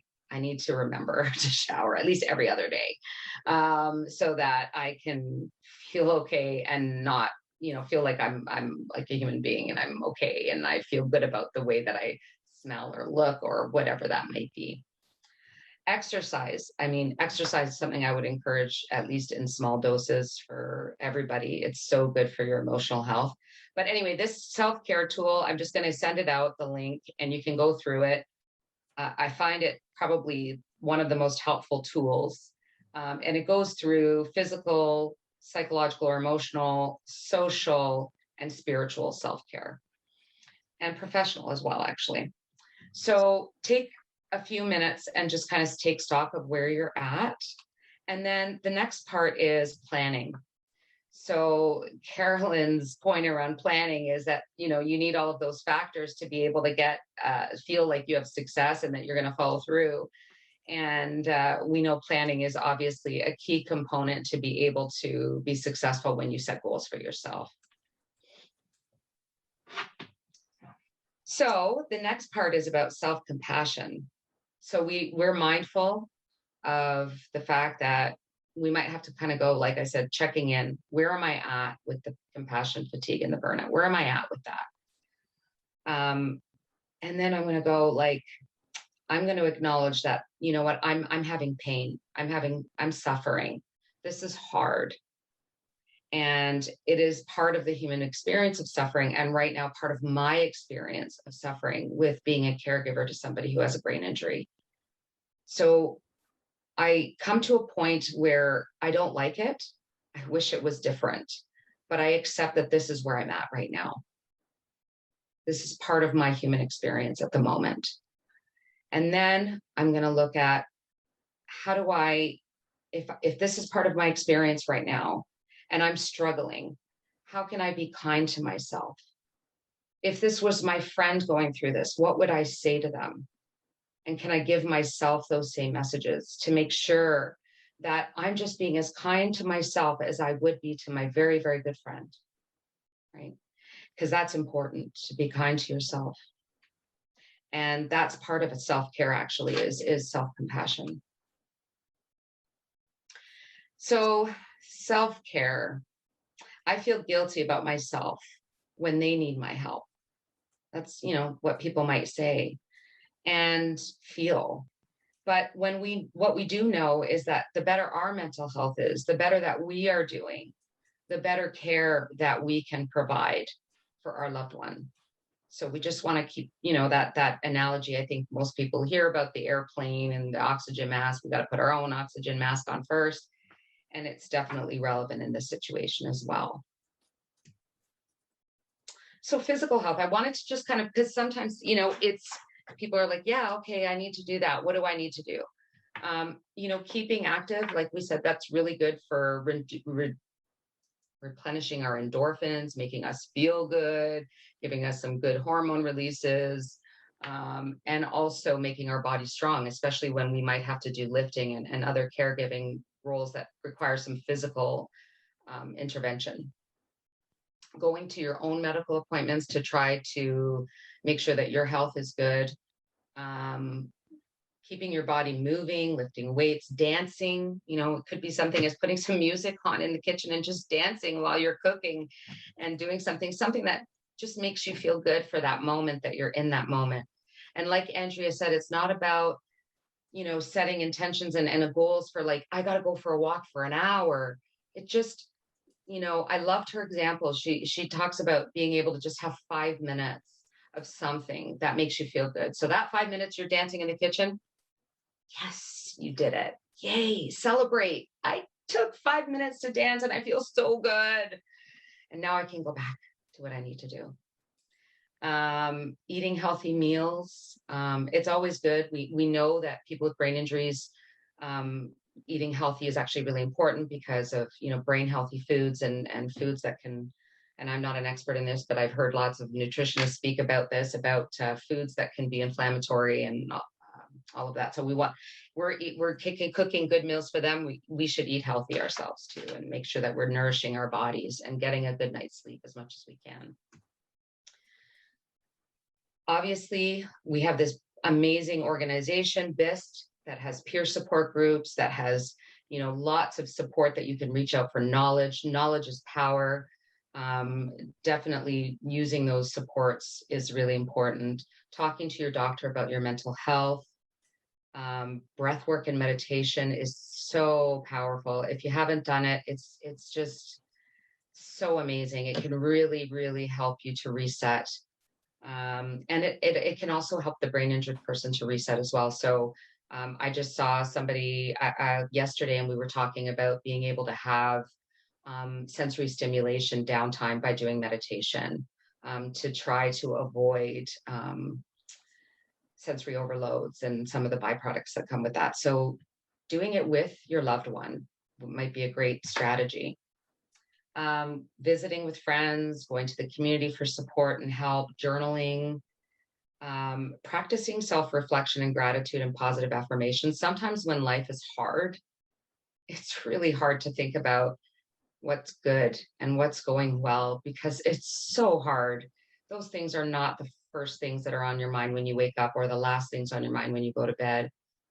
But if you can remind yourself of those small things, celebrate your small successes, it may help you in terms of your emotional health. And then, like Carolyn talked about, CBT for the brain injured person can also help for the caregiver as well. Is, could I think about this differently? And if I can think about it differently, maybe it's going to change the way I feel.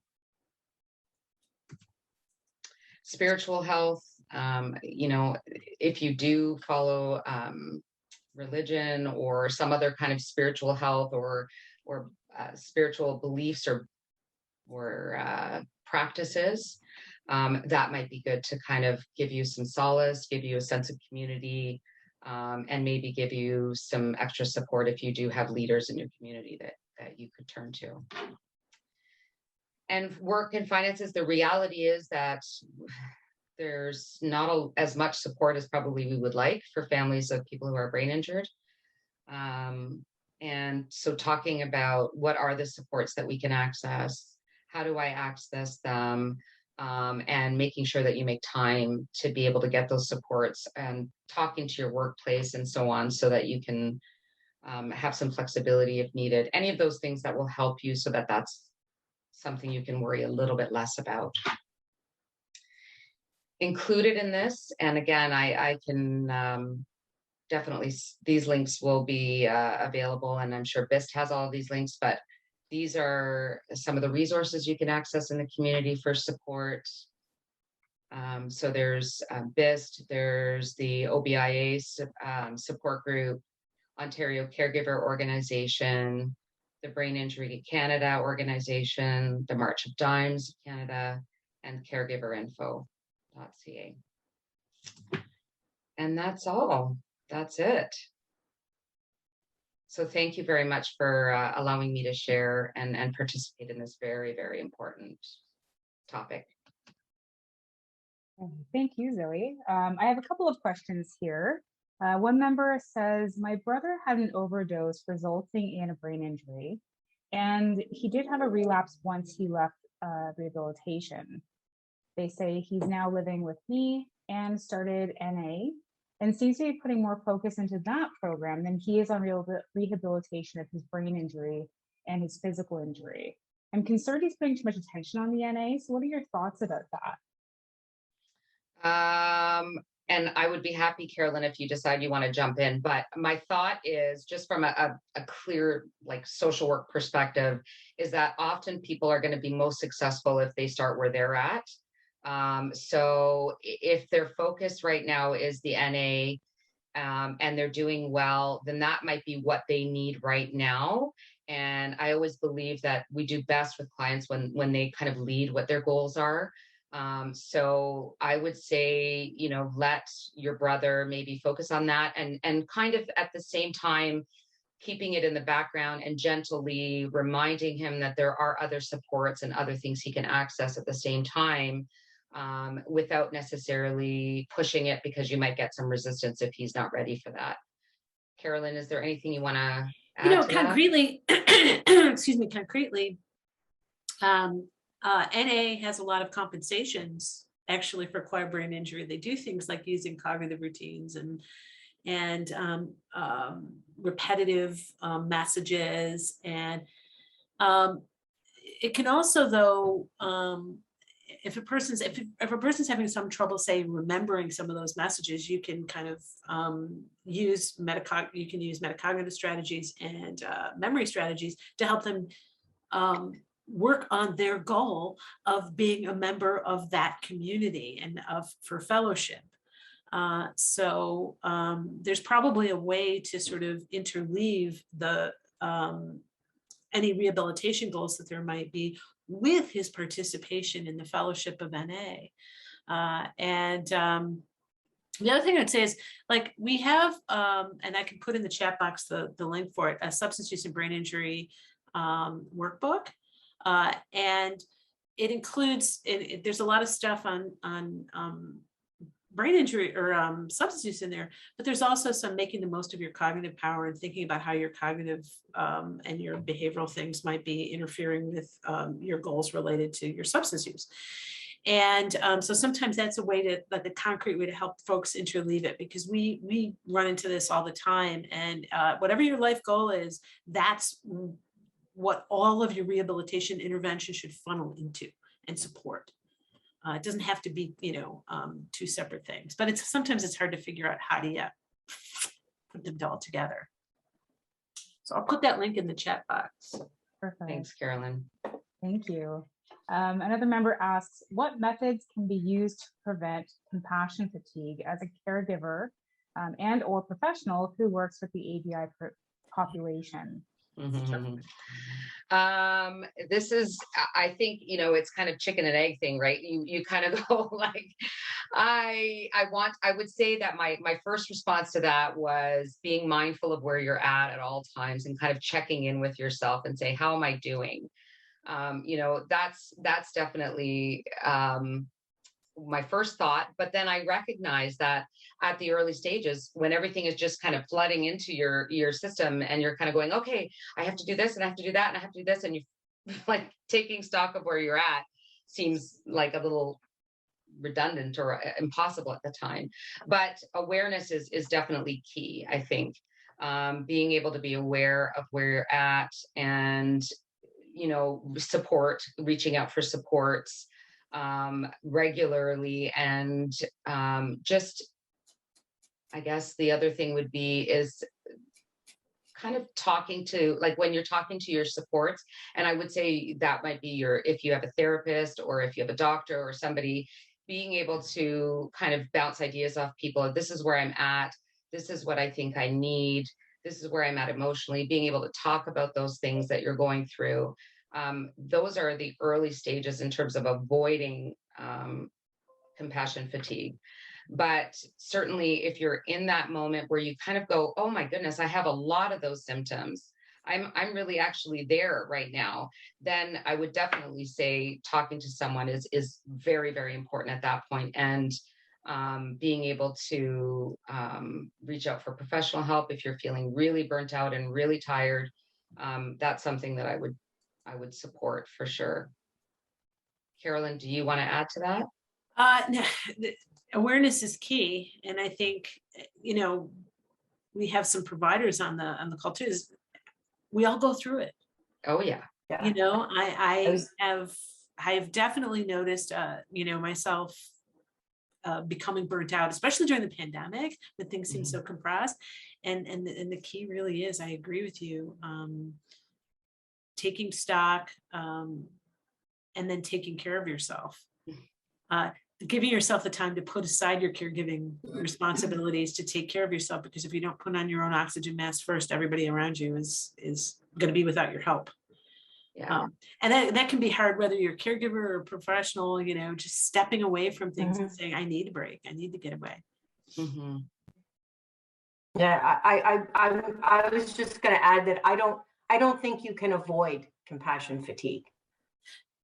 I think it's inevitable. I think it's inevitable, but I think what's key about it is knowing the signs. So when you get there, you're addressing it. You're not addressing it there plus a year or there plus 6 months or there plus 3 years. I think the reality of caregiving is that you're going to get there. And I have, in all of my caregiving workshops and all my interactions with other caregivers and other workshops that I've participated in, I have learned that it doesn't matter how you became a caregiver. At some point, you're in the bathroom crying, or you're taking out the litter and you're crying, or you're driving down the highway and you're flipping the bird to everybody who pass. It happens. It's going to happen to you. What's important to know is when you start flipping the bird and when you start crying in their bathroom, to go, okay, I'm here. I've hit the wall. I need to start doing something about it. So I think from my perspective, that's something I think you're just going to get there. It's just a reality of the nature of the beast, as they say. Thanks, Andrea. You're absolutely right. I think there's definitely, maybe it's about degrees of compassion fatigue. Yeah. Is there any other questions, Melissa? I'm going to read out one more question, Okay. but there is another one in the Q&A. Perhaps we can just Sure. type it in afterward. Sure. So the last question for now is a really good one. So my loved one expresses feelings that seem to indicate they resent or they feel abandoned when I practice some of my self-care. How do I address this in a kind and compassionate way? So sometimes people don't always like everything we do. And that is hard because we as caregivers, we feel guilty, and that just kind of can compound on our guilt feelings, right? So I think the first thing is I always talk to people about diving into the emotion. So what's going on for the person that you're, caring for? When you're gone, I feel scared. When you're gone, I miss you. When you're gone, I feel lonely, and just kind of going into the feeling and kind of understanding what their feeling is and acknowledging it and just kind of saying, I know you do. I know it's really hard. And, I love being with you and I love spending time with you. But right now, I also have to do this for me because I want to be the best that I can be for you. I want to be here for you and I need to do this for me. And if their issue, for example, is, I'll just say loneliness, I'll use that as an example. So if their issue is when you go out, I feel lonely, then, maybe you can look at solutions to say like, well, how about if you, have somebody come over or something, you can look at if there's any possible solutions that you could use, but sometimes there won't be. And sometimes it's just being okay with feeling like, I've expressed myself, I'm being kind about it, but I still need to do this for me, even though it's hard for you. And I'm sorry. And I need to do this for me.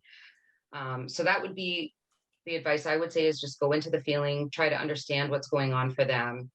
And if possible, try to resolve any of those things. And if not, then, it's going to be something that you're going to have to gently be firm about or assertive about.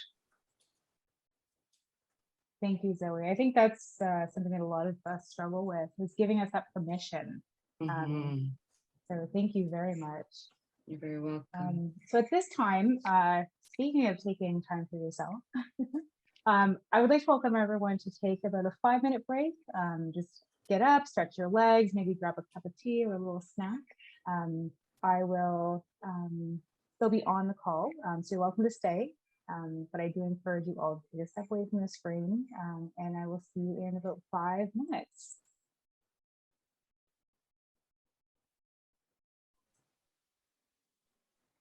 Welcome back, everyone. I hope everybody got a nice stretch in. At this time, I would like to welcome our next presenter, our very own caregiver support group facilitator, Andrea Ravazzi. So Andrea wears many hats. She is a wife of 16 years, a mother, a grandmother, a daughter, sister, aunt, and a caregiver. She's also a huge Maple Leafs fan. Andrea has 3 dogs and 4 cats. Yes, Andrea. She grew up in Toronto, but now she is extremely lucky to live in the country. So welcome, Andrea. Hi, everybody.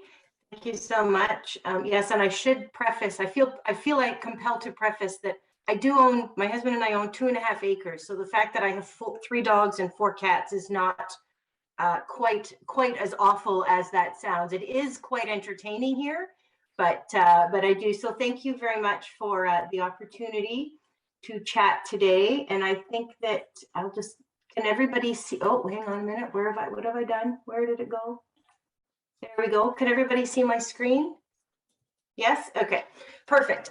So I'm going to start today with a couple of dates. So April the 5th of 2022, so 3-4 days ago, for those of you not paying attention, and the first Tuesday of every April, I don't know if you know, but that's National Caregiver Day. And so I wanted to start today by acknowledging the tremendous contributions that we all make to the health, mental, physical, and emotional journeys of our loved ones. And I also want to acknowledge the immense sacrifice that that means for us and our family. So although I can't see all the participants, I would like to start by just giving ourselves a pat on the back. So take a couple of seconds, give yourself a pat on the back, give yourself a hug, because I think it's really important to self-recognize, because often other people don't. So I think it's important that that we recognize for ourselves. The next date I'm going to talk to you about is December the 21st of 2015. And that's the day that I began my journey. I received a call about 8 o'clock from the police that my husband had had an accident at work. He was at the hospital, they were working on him, and they think it was a heart attack. Of course, I threw the cat off my lap, who was sleeping silently. I threw my knitting, or what I call knitting, and I rushed to the hospital. And again, 4 days before Christmas, if you aren't paying attention. I couldn't believe that this was happening. And I can recall every moment from that moment forward. But I'm going to try and give you the abridged version today. I called our daughters, my parents, his sister, who is a nurse, and they all joined me at the hospital. When I arrived, they sent me to the quiet room, told me that somebody would be in to speak with me, and I was certain that he had not made it. When the doctor arrived and spoke to us, I'm sure she said a lot, but I retained cardiac arrest, defibrillated several times, and trying to stabilize him for transport to another hospital. He was finally transferred, underwent surgery, was put into a coma for about 2 days, remained in the hospital for 5. We were transferred back to the original for 4. We were discharged from the hospital with a lot of information about his heart and very little about his brain injury. Next date, June 2016. So it wasn't till about 6 months later that we were diagnosed with a mild traumatic brain injury, post-concussion symptoms. And I wanted to stop and say that I have been and will very purposefully use pronouns like we, us, and our, and I do this very deliberately. Well, the brain injury physically in the accident or event physically occurred to my husband. The effects also happened to me. It happened to our children, to our grandchildren, his extended family, and mine. It happened to all of us. We saw many doctors, therapists, and they all said the same thing. It's early in your recovery journey. And I don't think we ever truly understood this. We are 6 years plus, and we still continue with our recovery. And at this point, I don't think I considered myself a caregiver. He was my husband. I'm his wife. Of course, I would support him and worry about him and take care of him. I remember feeling really alone, scared, stressed, angry, and sad. Sorry, I didn't think I was going to do this today. I knew that there were 500,000 people in Ontario who suffer a concussion every year, so there were probably at least 500,000 people like me in the world, but I didn't know any of them. I felt so alone.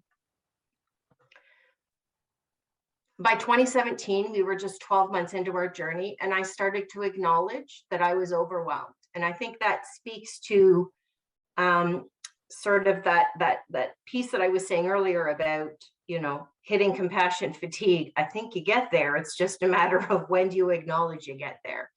So in 2017, I started to acknowledge that I was overwhelmed. I was quick-tempered. I was crying. I wasn't sleeping well. I was struggling, and I didn't understand why. So Webster dictionary. Sorry, I'm gonna have to get a Kleenex. Boy, these tears from my eyes are also not going to be able to read anything.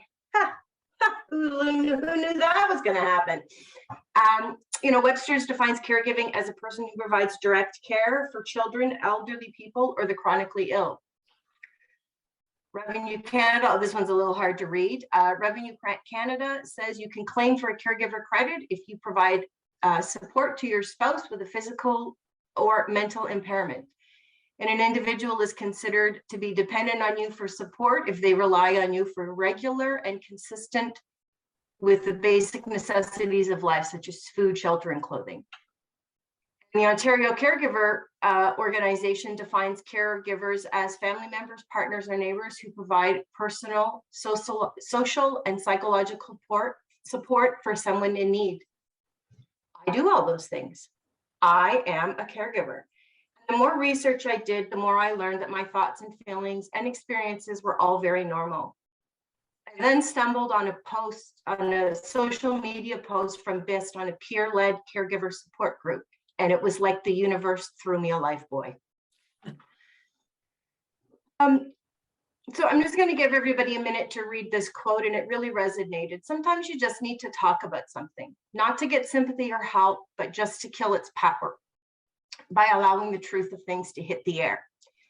And I'm fortunate that I have a very good support network. However, they don't really understand. They aren't walking this walk. They're also vested. And I didn't feel like I could share my true feelings because I felt like I would be judged. She's his wife. Why can't she handle this? When I was having a bad day, I needed somewhere where I could go and say, this is awful. This is a terrible thing that has happened to my family, and I can't do it. I can't handle it. I'm struggling.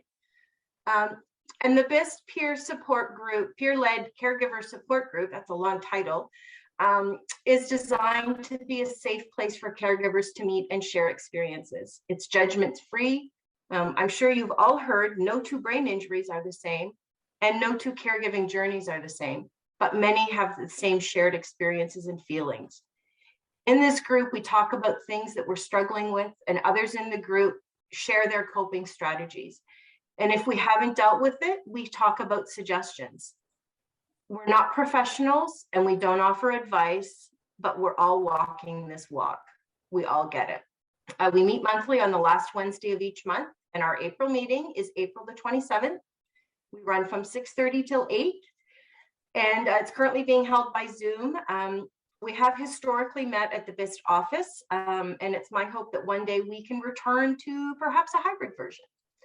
While we encourage caregivers to attend every month, as you never know what we'll talk about, we understand that that's not always possible as a caregiver. So my recommendation is you attend as often as you can. How peer support has helped me. So the first thing it did, and most importantly, is it normalized my experiences. I knew and got to talk and touch and see and hear other people struggle with the same things. I actually wasn't alone.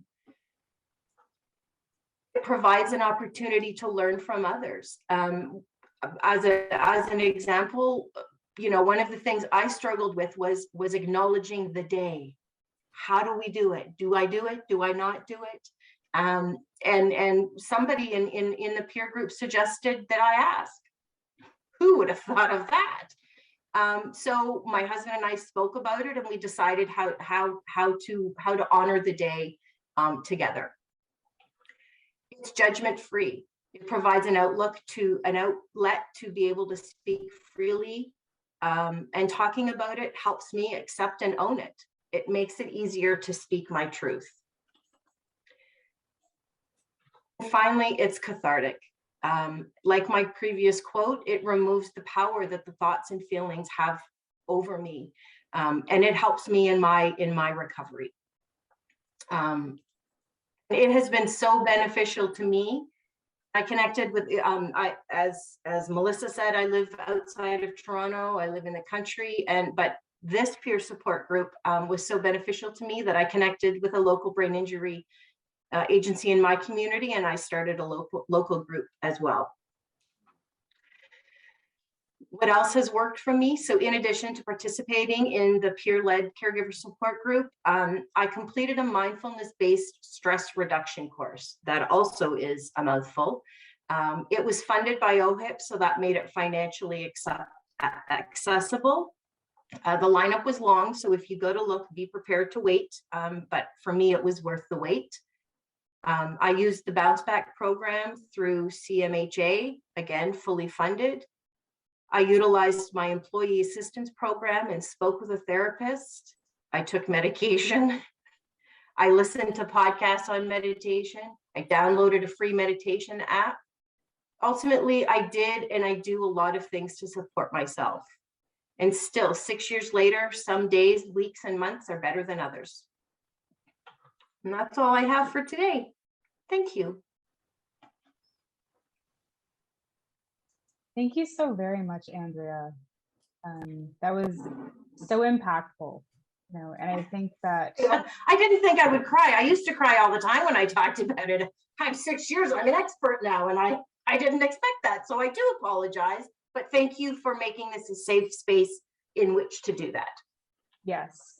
And I think that, you know, it's okay to do that, because I think that as caregivers, sometimes we forget that it's not about getting over it. You know, this is something that, you know, you live with your whole life, and, you know, you're always going to feel those pings, you know. And I think that, you know, even the term compassion fatigue, which is something that is very much used in a variety of circles, I think there's a little bit of a misunderstanding of what that means. It's not simply that you get tired of being there for someone. It's a real emotional and physical response to consistently being on and being okay for that person and for the people around you, especially the healthcare system that you're navigating. And so at times when those feelings come up, it's really important to let them out, and that way you can move on, because they're very real. And so thank you so much, Andrea, for sharing your experience. You're very welcome. Yeah. And I hope to see 30 people at our next BIS meeting in April is what I'm hoping for. Although I don't know what I'll do with all that. We might have to extend the time, but I'm hopeful. It really is a wonderful, wonderful group. I speak with a lot of people who do attend. And so I actually really do encourage you, you know, to join whenever it is that you would like to, or even need to. As Andrea said, you come as you are.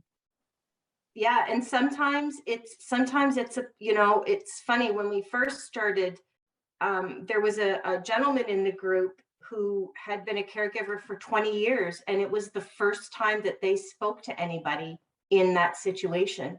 And I cannot imagine living for 20 years without being able to talk to somebody who understands. You know, when you live with somebody with a brain injury, you know, they're tired. They're always tired. They're tired a lot. And when I say that to other people, they say, yeah, my husband's really tired. He works construction. He's really tired when he gets home from work too. And I'm like, no, we're not talking about the same thing. So it's nice to have a space where you can just go and say, they're tired, and everybody goes, yeah, here's how we deal with that. Here's how we do it. Or to say, this is, you know, this sucks. This is terrible. And everybody in the room go, it is. It doesn't mean you're not going to do it. It just means you need a safe space to say it. And then somebody else had a quote, I think it was Zoe. Yep. And I'm going to go to bed, and I'm going to get up the next morning, and I'm going to go right back at it, because that's what that's what I want to do. But doesn't mean that it's easy. So anyways, thanks for the opportunity. Absolutely. I have one question for you though, before we go into our next presenter. How would you suggest dealing with a loved one who blames the caregivers for regressing or not recovering as quickly as could have been possible? There's a comment. That's an interesting question. And I have an example of where we had a situation, you know, something that needed to get done. He had a plan. I had a plan. They were not the same plan.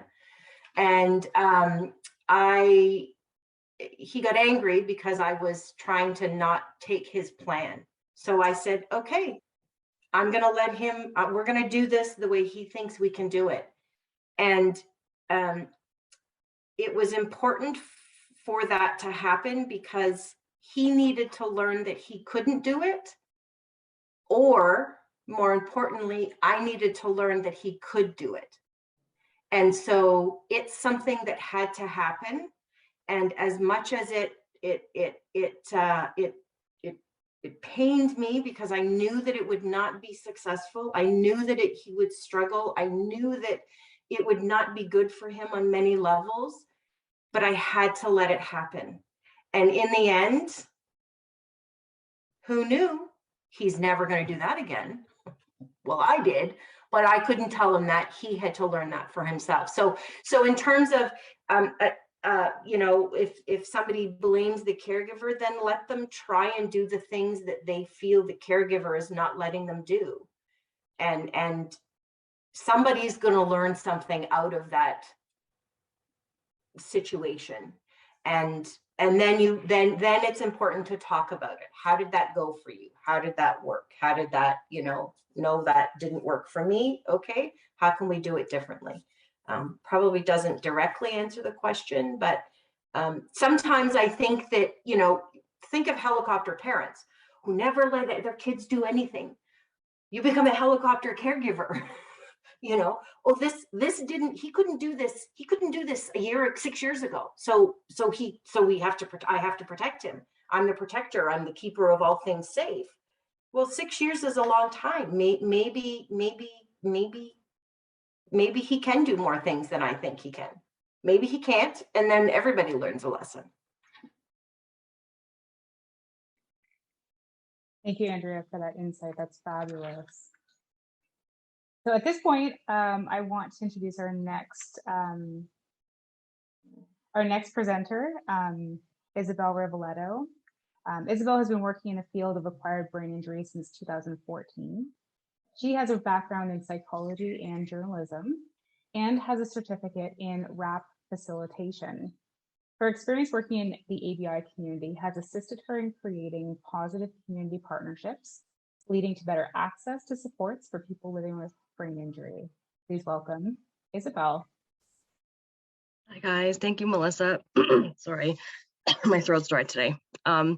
So my name is Isabel. As you know, I am currently a community coordinator in the Violence Impact Program with BIST. So that means that I support individuals who have brain injuries and have also suffered from intimate partner violence. But I'm here to talk to you today about my RAP groups, which is very exciting for me. We're going to be offering a caregiver RAP group for you guys to attend. I want to just give you a little bit of background of where RAP came from. So RAP stands for Wellness Recovery Action Planning, and it was developed by a woman named Mary Ellen Copeland in the United States. Her family struggled from severe mental health. So her mother was hospitalized in a state hospital for, I believe, 8.5 years. During this time, her father would take her and her siblings to visit her mother once a week, and she kind of realized during that time that a state hospital was not a place where people with mental health recover.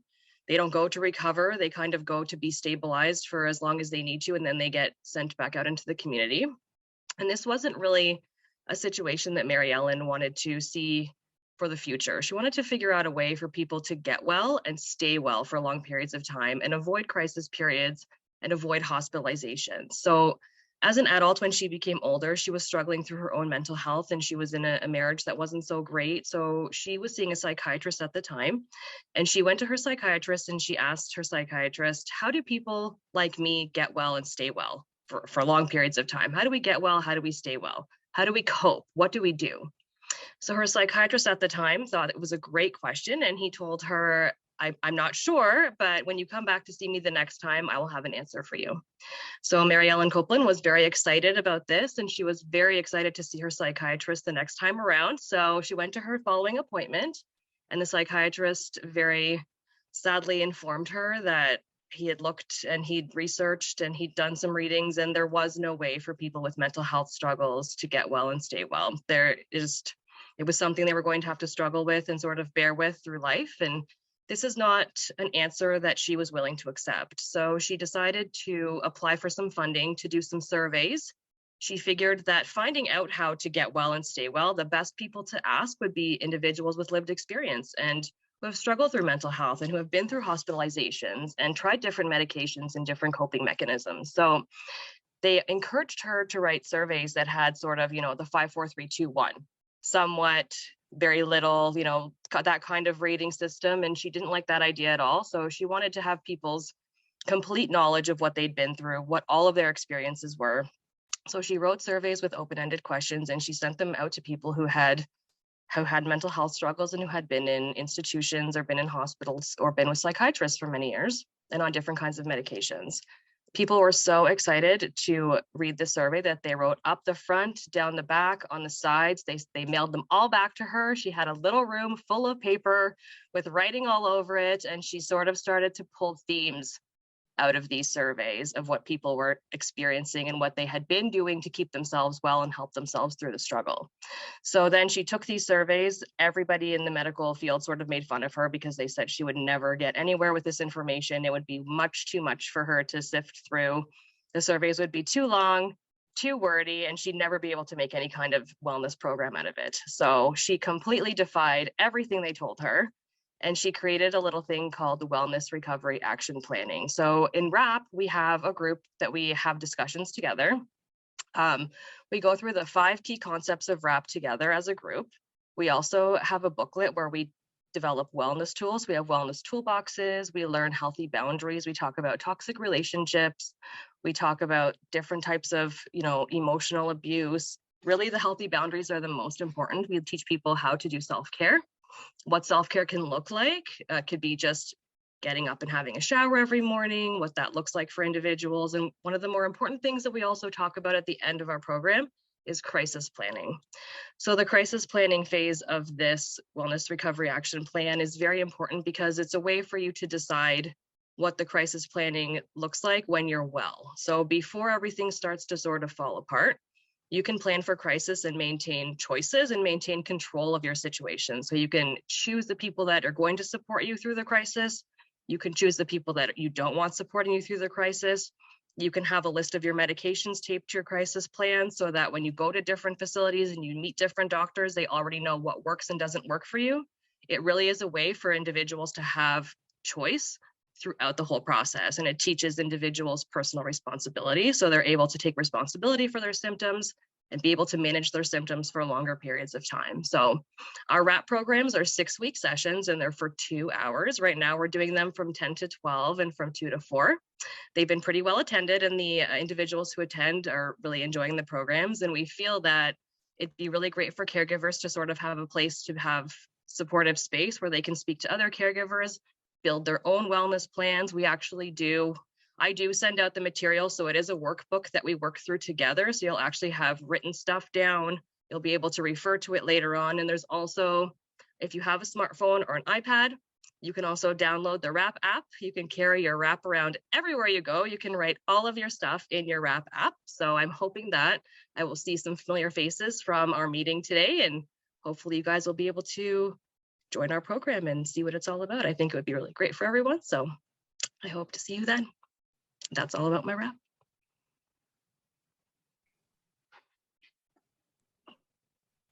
I love that WRAP app. That's amazing though. And that's, yes, and that is one of the fabulous things about technology is that you can be working on things outside of a workshop environment, but also, we all carry our phones and devices on us. And so it's something that you can continue throughout your days. So that's a really nice option. I have a question. I'm going to pose it to you, Isabel, and just get your feedback. When does a caregiving relationship become a toxic relationship? I think, well, as I was watching this webinar, actually, I heard and saw a lot of questions that sort of touched on the things that we talk about in WRAP, and some of that is codependency. And when, the person that you're caring for is sort of blaming you or resentful of you trying to do self-care, participate in self-care, and WRAP sort of really enforces the self-care. And we sort of teach individuals how to have healthy boundaries and gentle boundaries, because we all know that setting boundaries can be hard sometimes. And with somebody who's not used to getting boundaries from you, there's going to be some kickback. And we sort of explain what the process of that goes through, like what that looks like for people. So yeah, somebody who's used to getting whatever they want from you, whenever they want from you, and then all of a sudden you realize you're exhausted and you can't do that anymore, and you set a boundary, all of a sudden, sometimes there's going to be some pushback from that person. It's very rare that you're just going to get the person accepting that new boundary out of nowhere. Just, okay, we're doing this now. So we sort of teach individuals in our RAP groups what that looks like and what that might feel like and how to sort of stick by your boundaries and how boundaries will only work if you stand by them. And toxic relationships are sort of full of that. There's the codependency, you know, like we sort of also explain relationships in terms of extremes. So when you're in a healthy relationship, there should never be extreme highs and extreme lows. Your relationship shouldn't make you feel really, really up and then really, really down. And if your relationship is really up, you shouldn't be fearful of when it's going to go down. So like we try to explain that there's a line in the middle of life. And then as you go, you have your ups and you have your downs, but you're always trying to stay kind of right in the middle of that line. You don't want to be up here and you don't want to be down here. So learning emotional regulation is what we also do in RAP. It's really got a lot of DBT involvement. So it really teaches people how to be responsible for their own health and understand what feels good for them and what's healthy for them. So the 6 weeks is a really great way to build those plans and start to really focus and realize and where we need to put attention within our lives. So I don't know if that answers your question, but that's sort of what we talk about in our group. You're on mute. I cannot hear you. Sorry. I was actually thinking about RAP as some of those questions were coming in, actually. Me so too. I was very quietly sitting and waiting for you to Me come too. on in. And so if you are interested in RAP, and as I said, I highly encourage it, you can find registration on our website at bist.ca/RAP. That is WRAP. So I hope to see many, if not all of you there. Thank you, Isabel. Thank you. And now I'm going to introduce Melissa Forrest, who has been speaking to you throughout this webinar, but she's also going to be speaking to you about another resource we have for caregivers, which is our peer mentor program. So Melissa she came to BIST originally on a 2-month contract as our ABI Community Connections Coordinator in the summer of 2020, where she assisted members access to technology supports. She has over 10 years experience working with brain injury, including working as an educational assistant at Holland Bloorview Kids Rehabilitation Hospital. Her experience includes being a tutor at George Brown College and working at the First People's Office and Student Support Services at Seneca College. She is known as a genius with word puzzles and has a close family member who lives with the effect of brain injury. Thank you, Mary. So before I start, I don't typically talk about this, but before I start, I think this is a really good space to just speak a little bit about that. So I myself have been in a caregiver position for over 20 years now, first with my mother who had cancer, and I was her primary caregiver, as well as her palliative care provider. And then my daughter. My daughter has had a brain injury for about 16 years, and I raised her on my own with no support from family. And so it took me a long time as well to identify with the term caregiver. But I think that workshops like this, education and support from people around you to feel more comfortable with terminology and understanding what it means to have a dual role in somebody's life is incredibly important. So I also wanted to take a moment and thank BIST for providing spaces like this. I'm going to go ahead and I'm going to share my screen.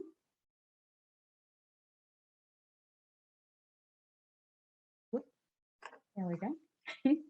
So as Mary had talked about, I'm going to be talking a little bit about our peer support program. So the peer support program is a collaboration between OBIA, Ontario Brain Injury Association, and local brain injury associations across Ontario. Essentially, it was a provincial program that's established in 2006. My apologies, goodness. It was a collaboration between OBIA and local brain injuries associations. And currently, there are 16 local brain injury associations that work together and collaborate to match individuals in the program. Typically, those partnerships last for 1 calendar year, 12 months.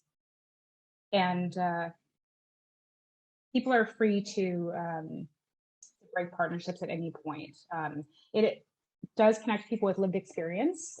So the partner-mentor relationship involves a mentor, which is somebody who, again, they have lived experience as well, but they're more at a space in time where they feel like they're at a point where they can provide support for another person who is navigating very similar experiences and feelings as they went through themselves.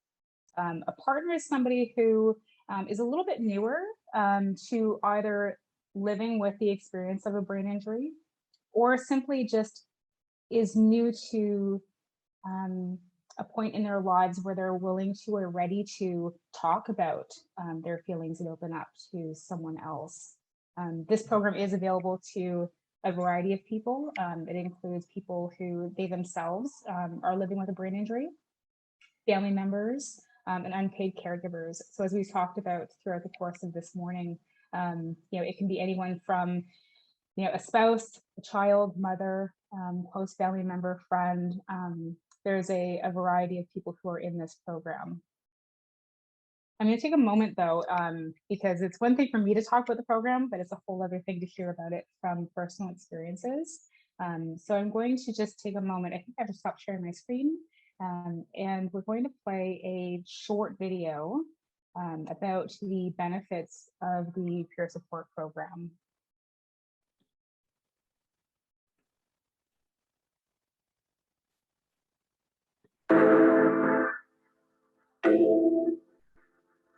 The Provincial Peer Support Program provides one-on-one support over the phone in the comfort of your own home. It is available across the province at no cost to survivors, family members, and unpaid caregivers. You can participate in this program in one of two ways, as a mentor or a partner. As a partner, you have the opportunity to learn from someone who has been there and can offer you guidance and support based on their own personal experience of living with a brain injury. Hi, my name is Lynn. I was a partner and I hope to become a mentor in the future. Came to the program as a partner to begin with, really because I was looking for someone who understood, someone to talk to that got what brain injury was all about. It provided me with a sense of normalcy. It was nice to be able to talk to someone who really understood what I had gone through, what I was currently dealing with, and she really helped me to address a lot of the challenges. Someone to process things with and get feedback on and encouragement and support. How the brain injury has affected my life as well as her. We actually learned from both each other. We were both learning things and just how to deal with what comes at you one day at a time. Yeah, I mean, I was very fortunate to be matched with a good mentor and worked throughout the year on a number of different issues, things that came up. It was useful to have someone to talk to.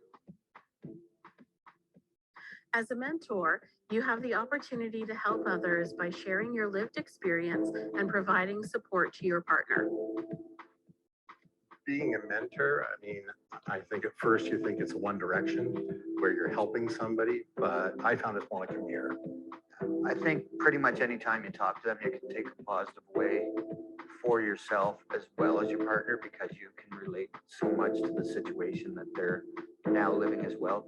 I hope that my advice and experience will help with coping methods. To actually come to the point where I can help someone else and actually 3 other people to improve their lives. It was an amazing experience for me, and it continues to be an amazing experience for me every week. If being a mentor is of interest to you, you will undergo screening and comprehensive training in your own community prior to being matched with a partner. Mentor and partner matches are made based on similar experiences, needs, and personal interest. The program is coordinated locally through our affiliated brain injury associations across Ontario, making it possible for anyone to participate. As much as I help them, they help me too. As far as I know, it's needed everywhere. I just wish this program was around when I was injured, because I know it's a very helpful and meaningful program. It's changed my life. It was amazing. I honestly don't know where I would be, what I would be doing without it. And it's the best decision that I've made. If you or someone you know can benefit from this program, please contact the Ontario Brain Injury Association at 1-800-263-5404 or email us at peersupport@obaya.on.ca.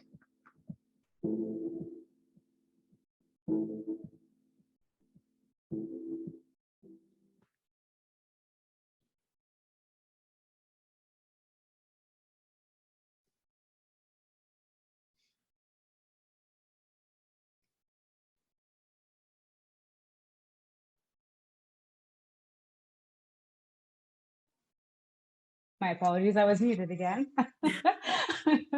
So I want to talk a little bit about matchmaking. I'm going to be kind of skimming along some of these slides because of essentially two things. Some of the information has already been covered in that video, but a lot of it is we go over it at the point where we do our intake. If we do have any questions during this morning, you can feel free to put your questions in the chat box and I'll address them during today's workshop. But otherwise, I'm just going to kind of skim through. So as the video said, mentors and partners are matched based on similar experiences. And so we try to look at the information that a mentor or partner has given us.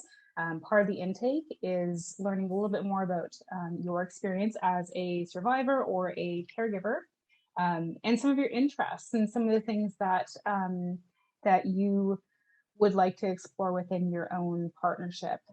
We use that information primarily to create matches. So when we're looking for that fit, because it is important that you have the right fit between mentors and partners, we do take a look at those things. And then what would happen is you would get an offer with some information about a potential match, and you would use that to make a decision whether or not you wanted to go ahead with the match and try out that 12-month consistently. You can also choose to try it out, and if it doesn't work, that's okay too. Or you could simply say, you know what, I'm not sure that that's a great match for me. There is no penalty for that. You simply just, wait for the next one. The partners and the mentors, whether they're matched or not, they do have support from their local peer support coordinator. So in Toronto, in the Toronto region, that would be myself. And I will be sending, or I will be showing you my information at the end of this presentation. So some of the outcomes of the peer support program, there, as the gentleman in the video had said, there is dual benefits to both the mentor and the partner. And so some of the outcomes include, and I'm going to, I'm not going to actually separate them this time. I'm going to put them out for both people. But there is that social and emotional support, especially as Roxy said in the beginning, during this pandemic period, there's been an increased sense of isolation. It's been more challenging to connect with other people for a variety of different reasons. And this program provides that connection and that support and reduces those feelings of isolation. It also helps to build a better understanding of resources in their local communities, for both parties. A lot of times as mentors or caregivers, we've kind of learned the ropes a little bit. And so we know where to kind of go. We know some of those resources that some of the newer people may not have been given. At the same time, when you are matched, because it's not just in your local city that you would be matched with, you will receive document just outlining some of the resources in the other person's area, or even in your own, if your partner is in Toronto, for instance, and that may actually support you or people you know within your own community. It also, primarily for the mentor, there's a bit of a skill development because it is a skill to be able to help someone, to be able to talk to somebody through some of their own challenges. Later on, I'm going to be saying this as well, but I want to make it very clear that mentors are not counselors. Mentors are simply people who, it's an ear from someone who really gets it. And I think that that's something that is lacking in most of the relationships that we experience through brain injury journeys. I know the term is usually recovery, but I don't typically use that because brain injury is a journey, and it's a journey for the individual and everyone around them. So this is a little bit about why mentors get involved. And again, people time and time again, they want to be able to be in a position to help somebody else. A lot of mentors, when I do the intakes with mentors, I hear over and over that they feel like they could have used that support. And because now they're in a position where they feel like they're able to give to someone else, they want to be in that position where they can support someone in a meaningful way. Mentors, just to kind of go back in the video, it did talk a little bit about this, but I want to just kind of isolate that mentor process because it's really important for yourself as well as a partner to understand the process to becoming a mentor. So mentors are pre-screened by their local peer support coordinators. That would be me. It's a fairly quick phone call and intake process, and I try to make it as fun as possible. Mentors do attend a full day training session. It's about 4 hours with a break in between. And during that time, you do all of your paperwork together, packages sent to your home. All of our trainings currently are virtual, and so you can do them right from your own home. And like I said earlier, during your entire time within the peer support program, you do have support of myself. And once again, mentors are not counselors. And so you are absolutely welcome in this program. We're just looking for people who do have lived experiences. And on both ends, we're looking for people who are at a point, like I had said, in their journey where they feel ready to support someone else and be there for someone else. But we also welcome people who need that support and are interested in becoming partners. And so I do encourage anyone to come in and call and come on into the program. So these are some words to describe the program. These are words that were taken from people who have been in the peer support the peer support program, my apologies. And these were taken from some of their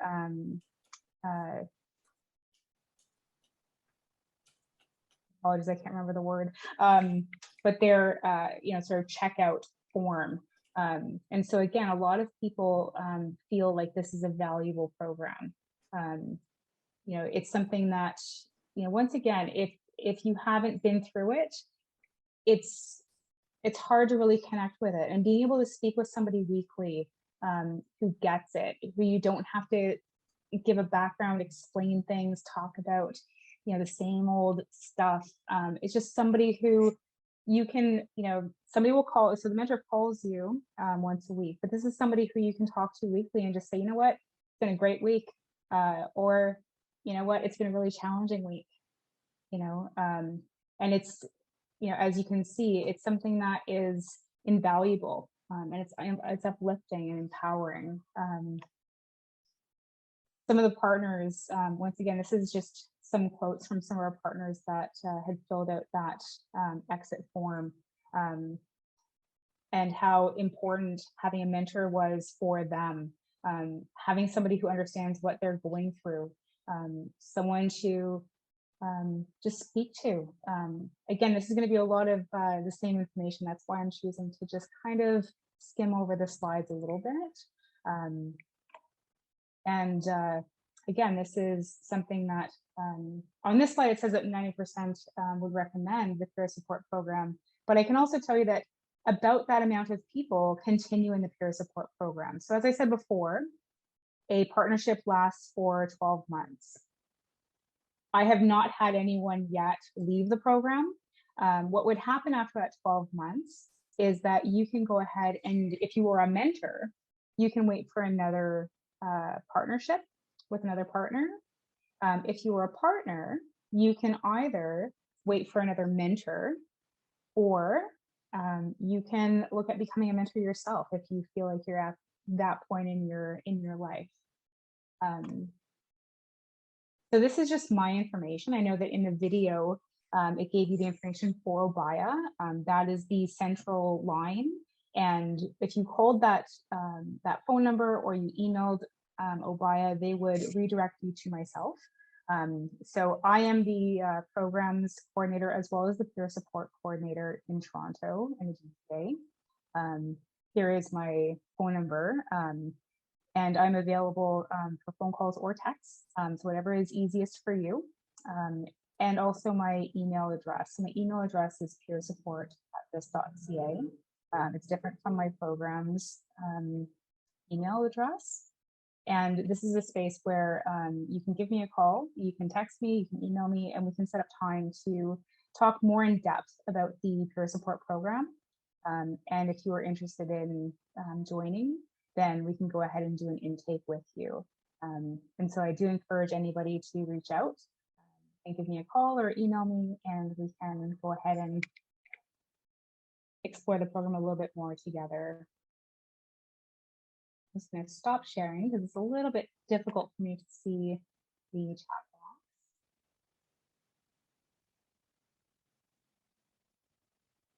Well, thank you, Melissa. There we go. So I don't see any questions, which is absolutely fine. Like I said, I really encourage you to. Oh, you're very welcome. I just see in the Q&A, one of our members has said thank you so much. But I do encourage you to reach out to me. Again, my peer support contact information is peersupport@this.ca, and we can talk more about that peer support program for anyone who's interested. So at this point, I just want to take a moment to thank all of our presenters for sharing their knowledge and experiences.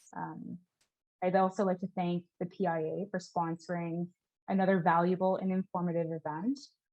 Workshops like these, they're so important to our community. And it has been some time since we've had a specifically caregiver workshop.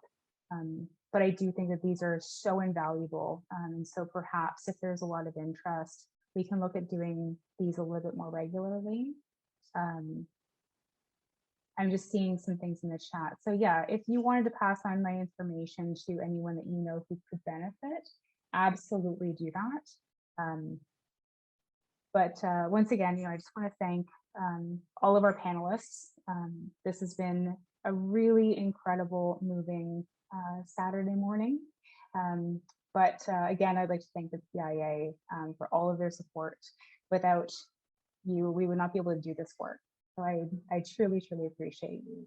And thank you to all of you for taking time on your Saturday for coming out. It's been lovely to chat with some of you.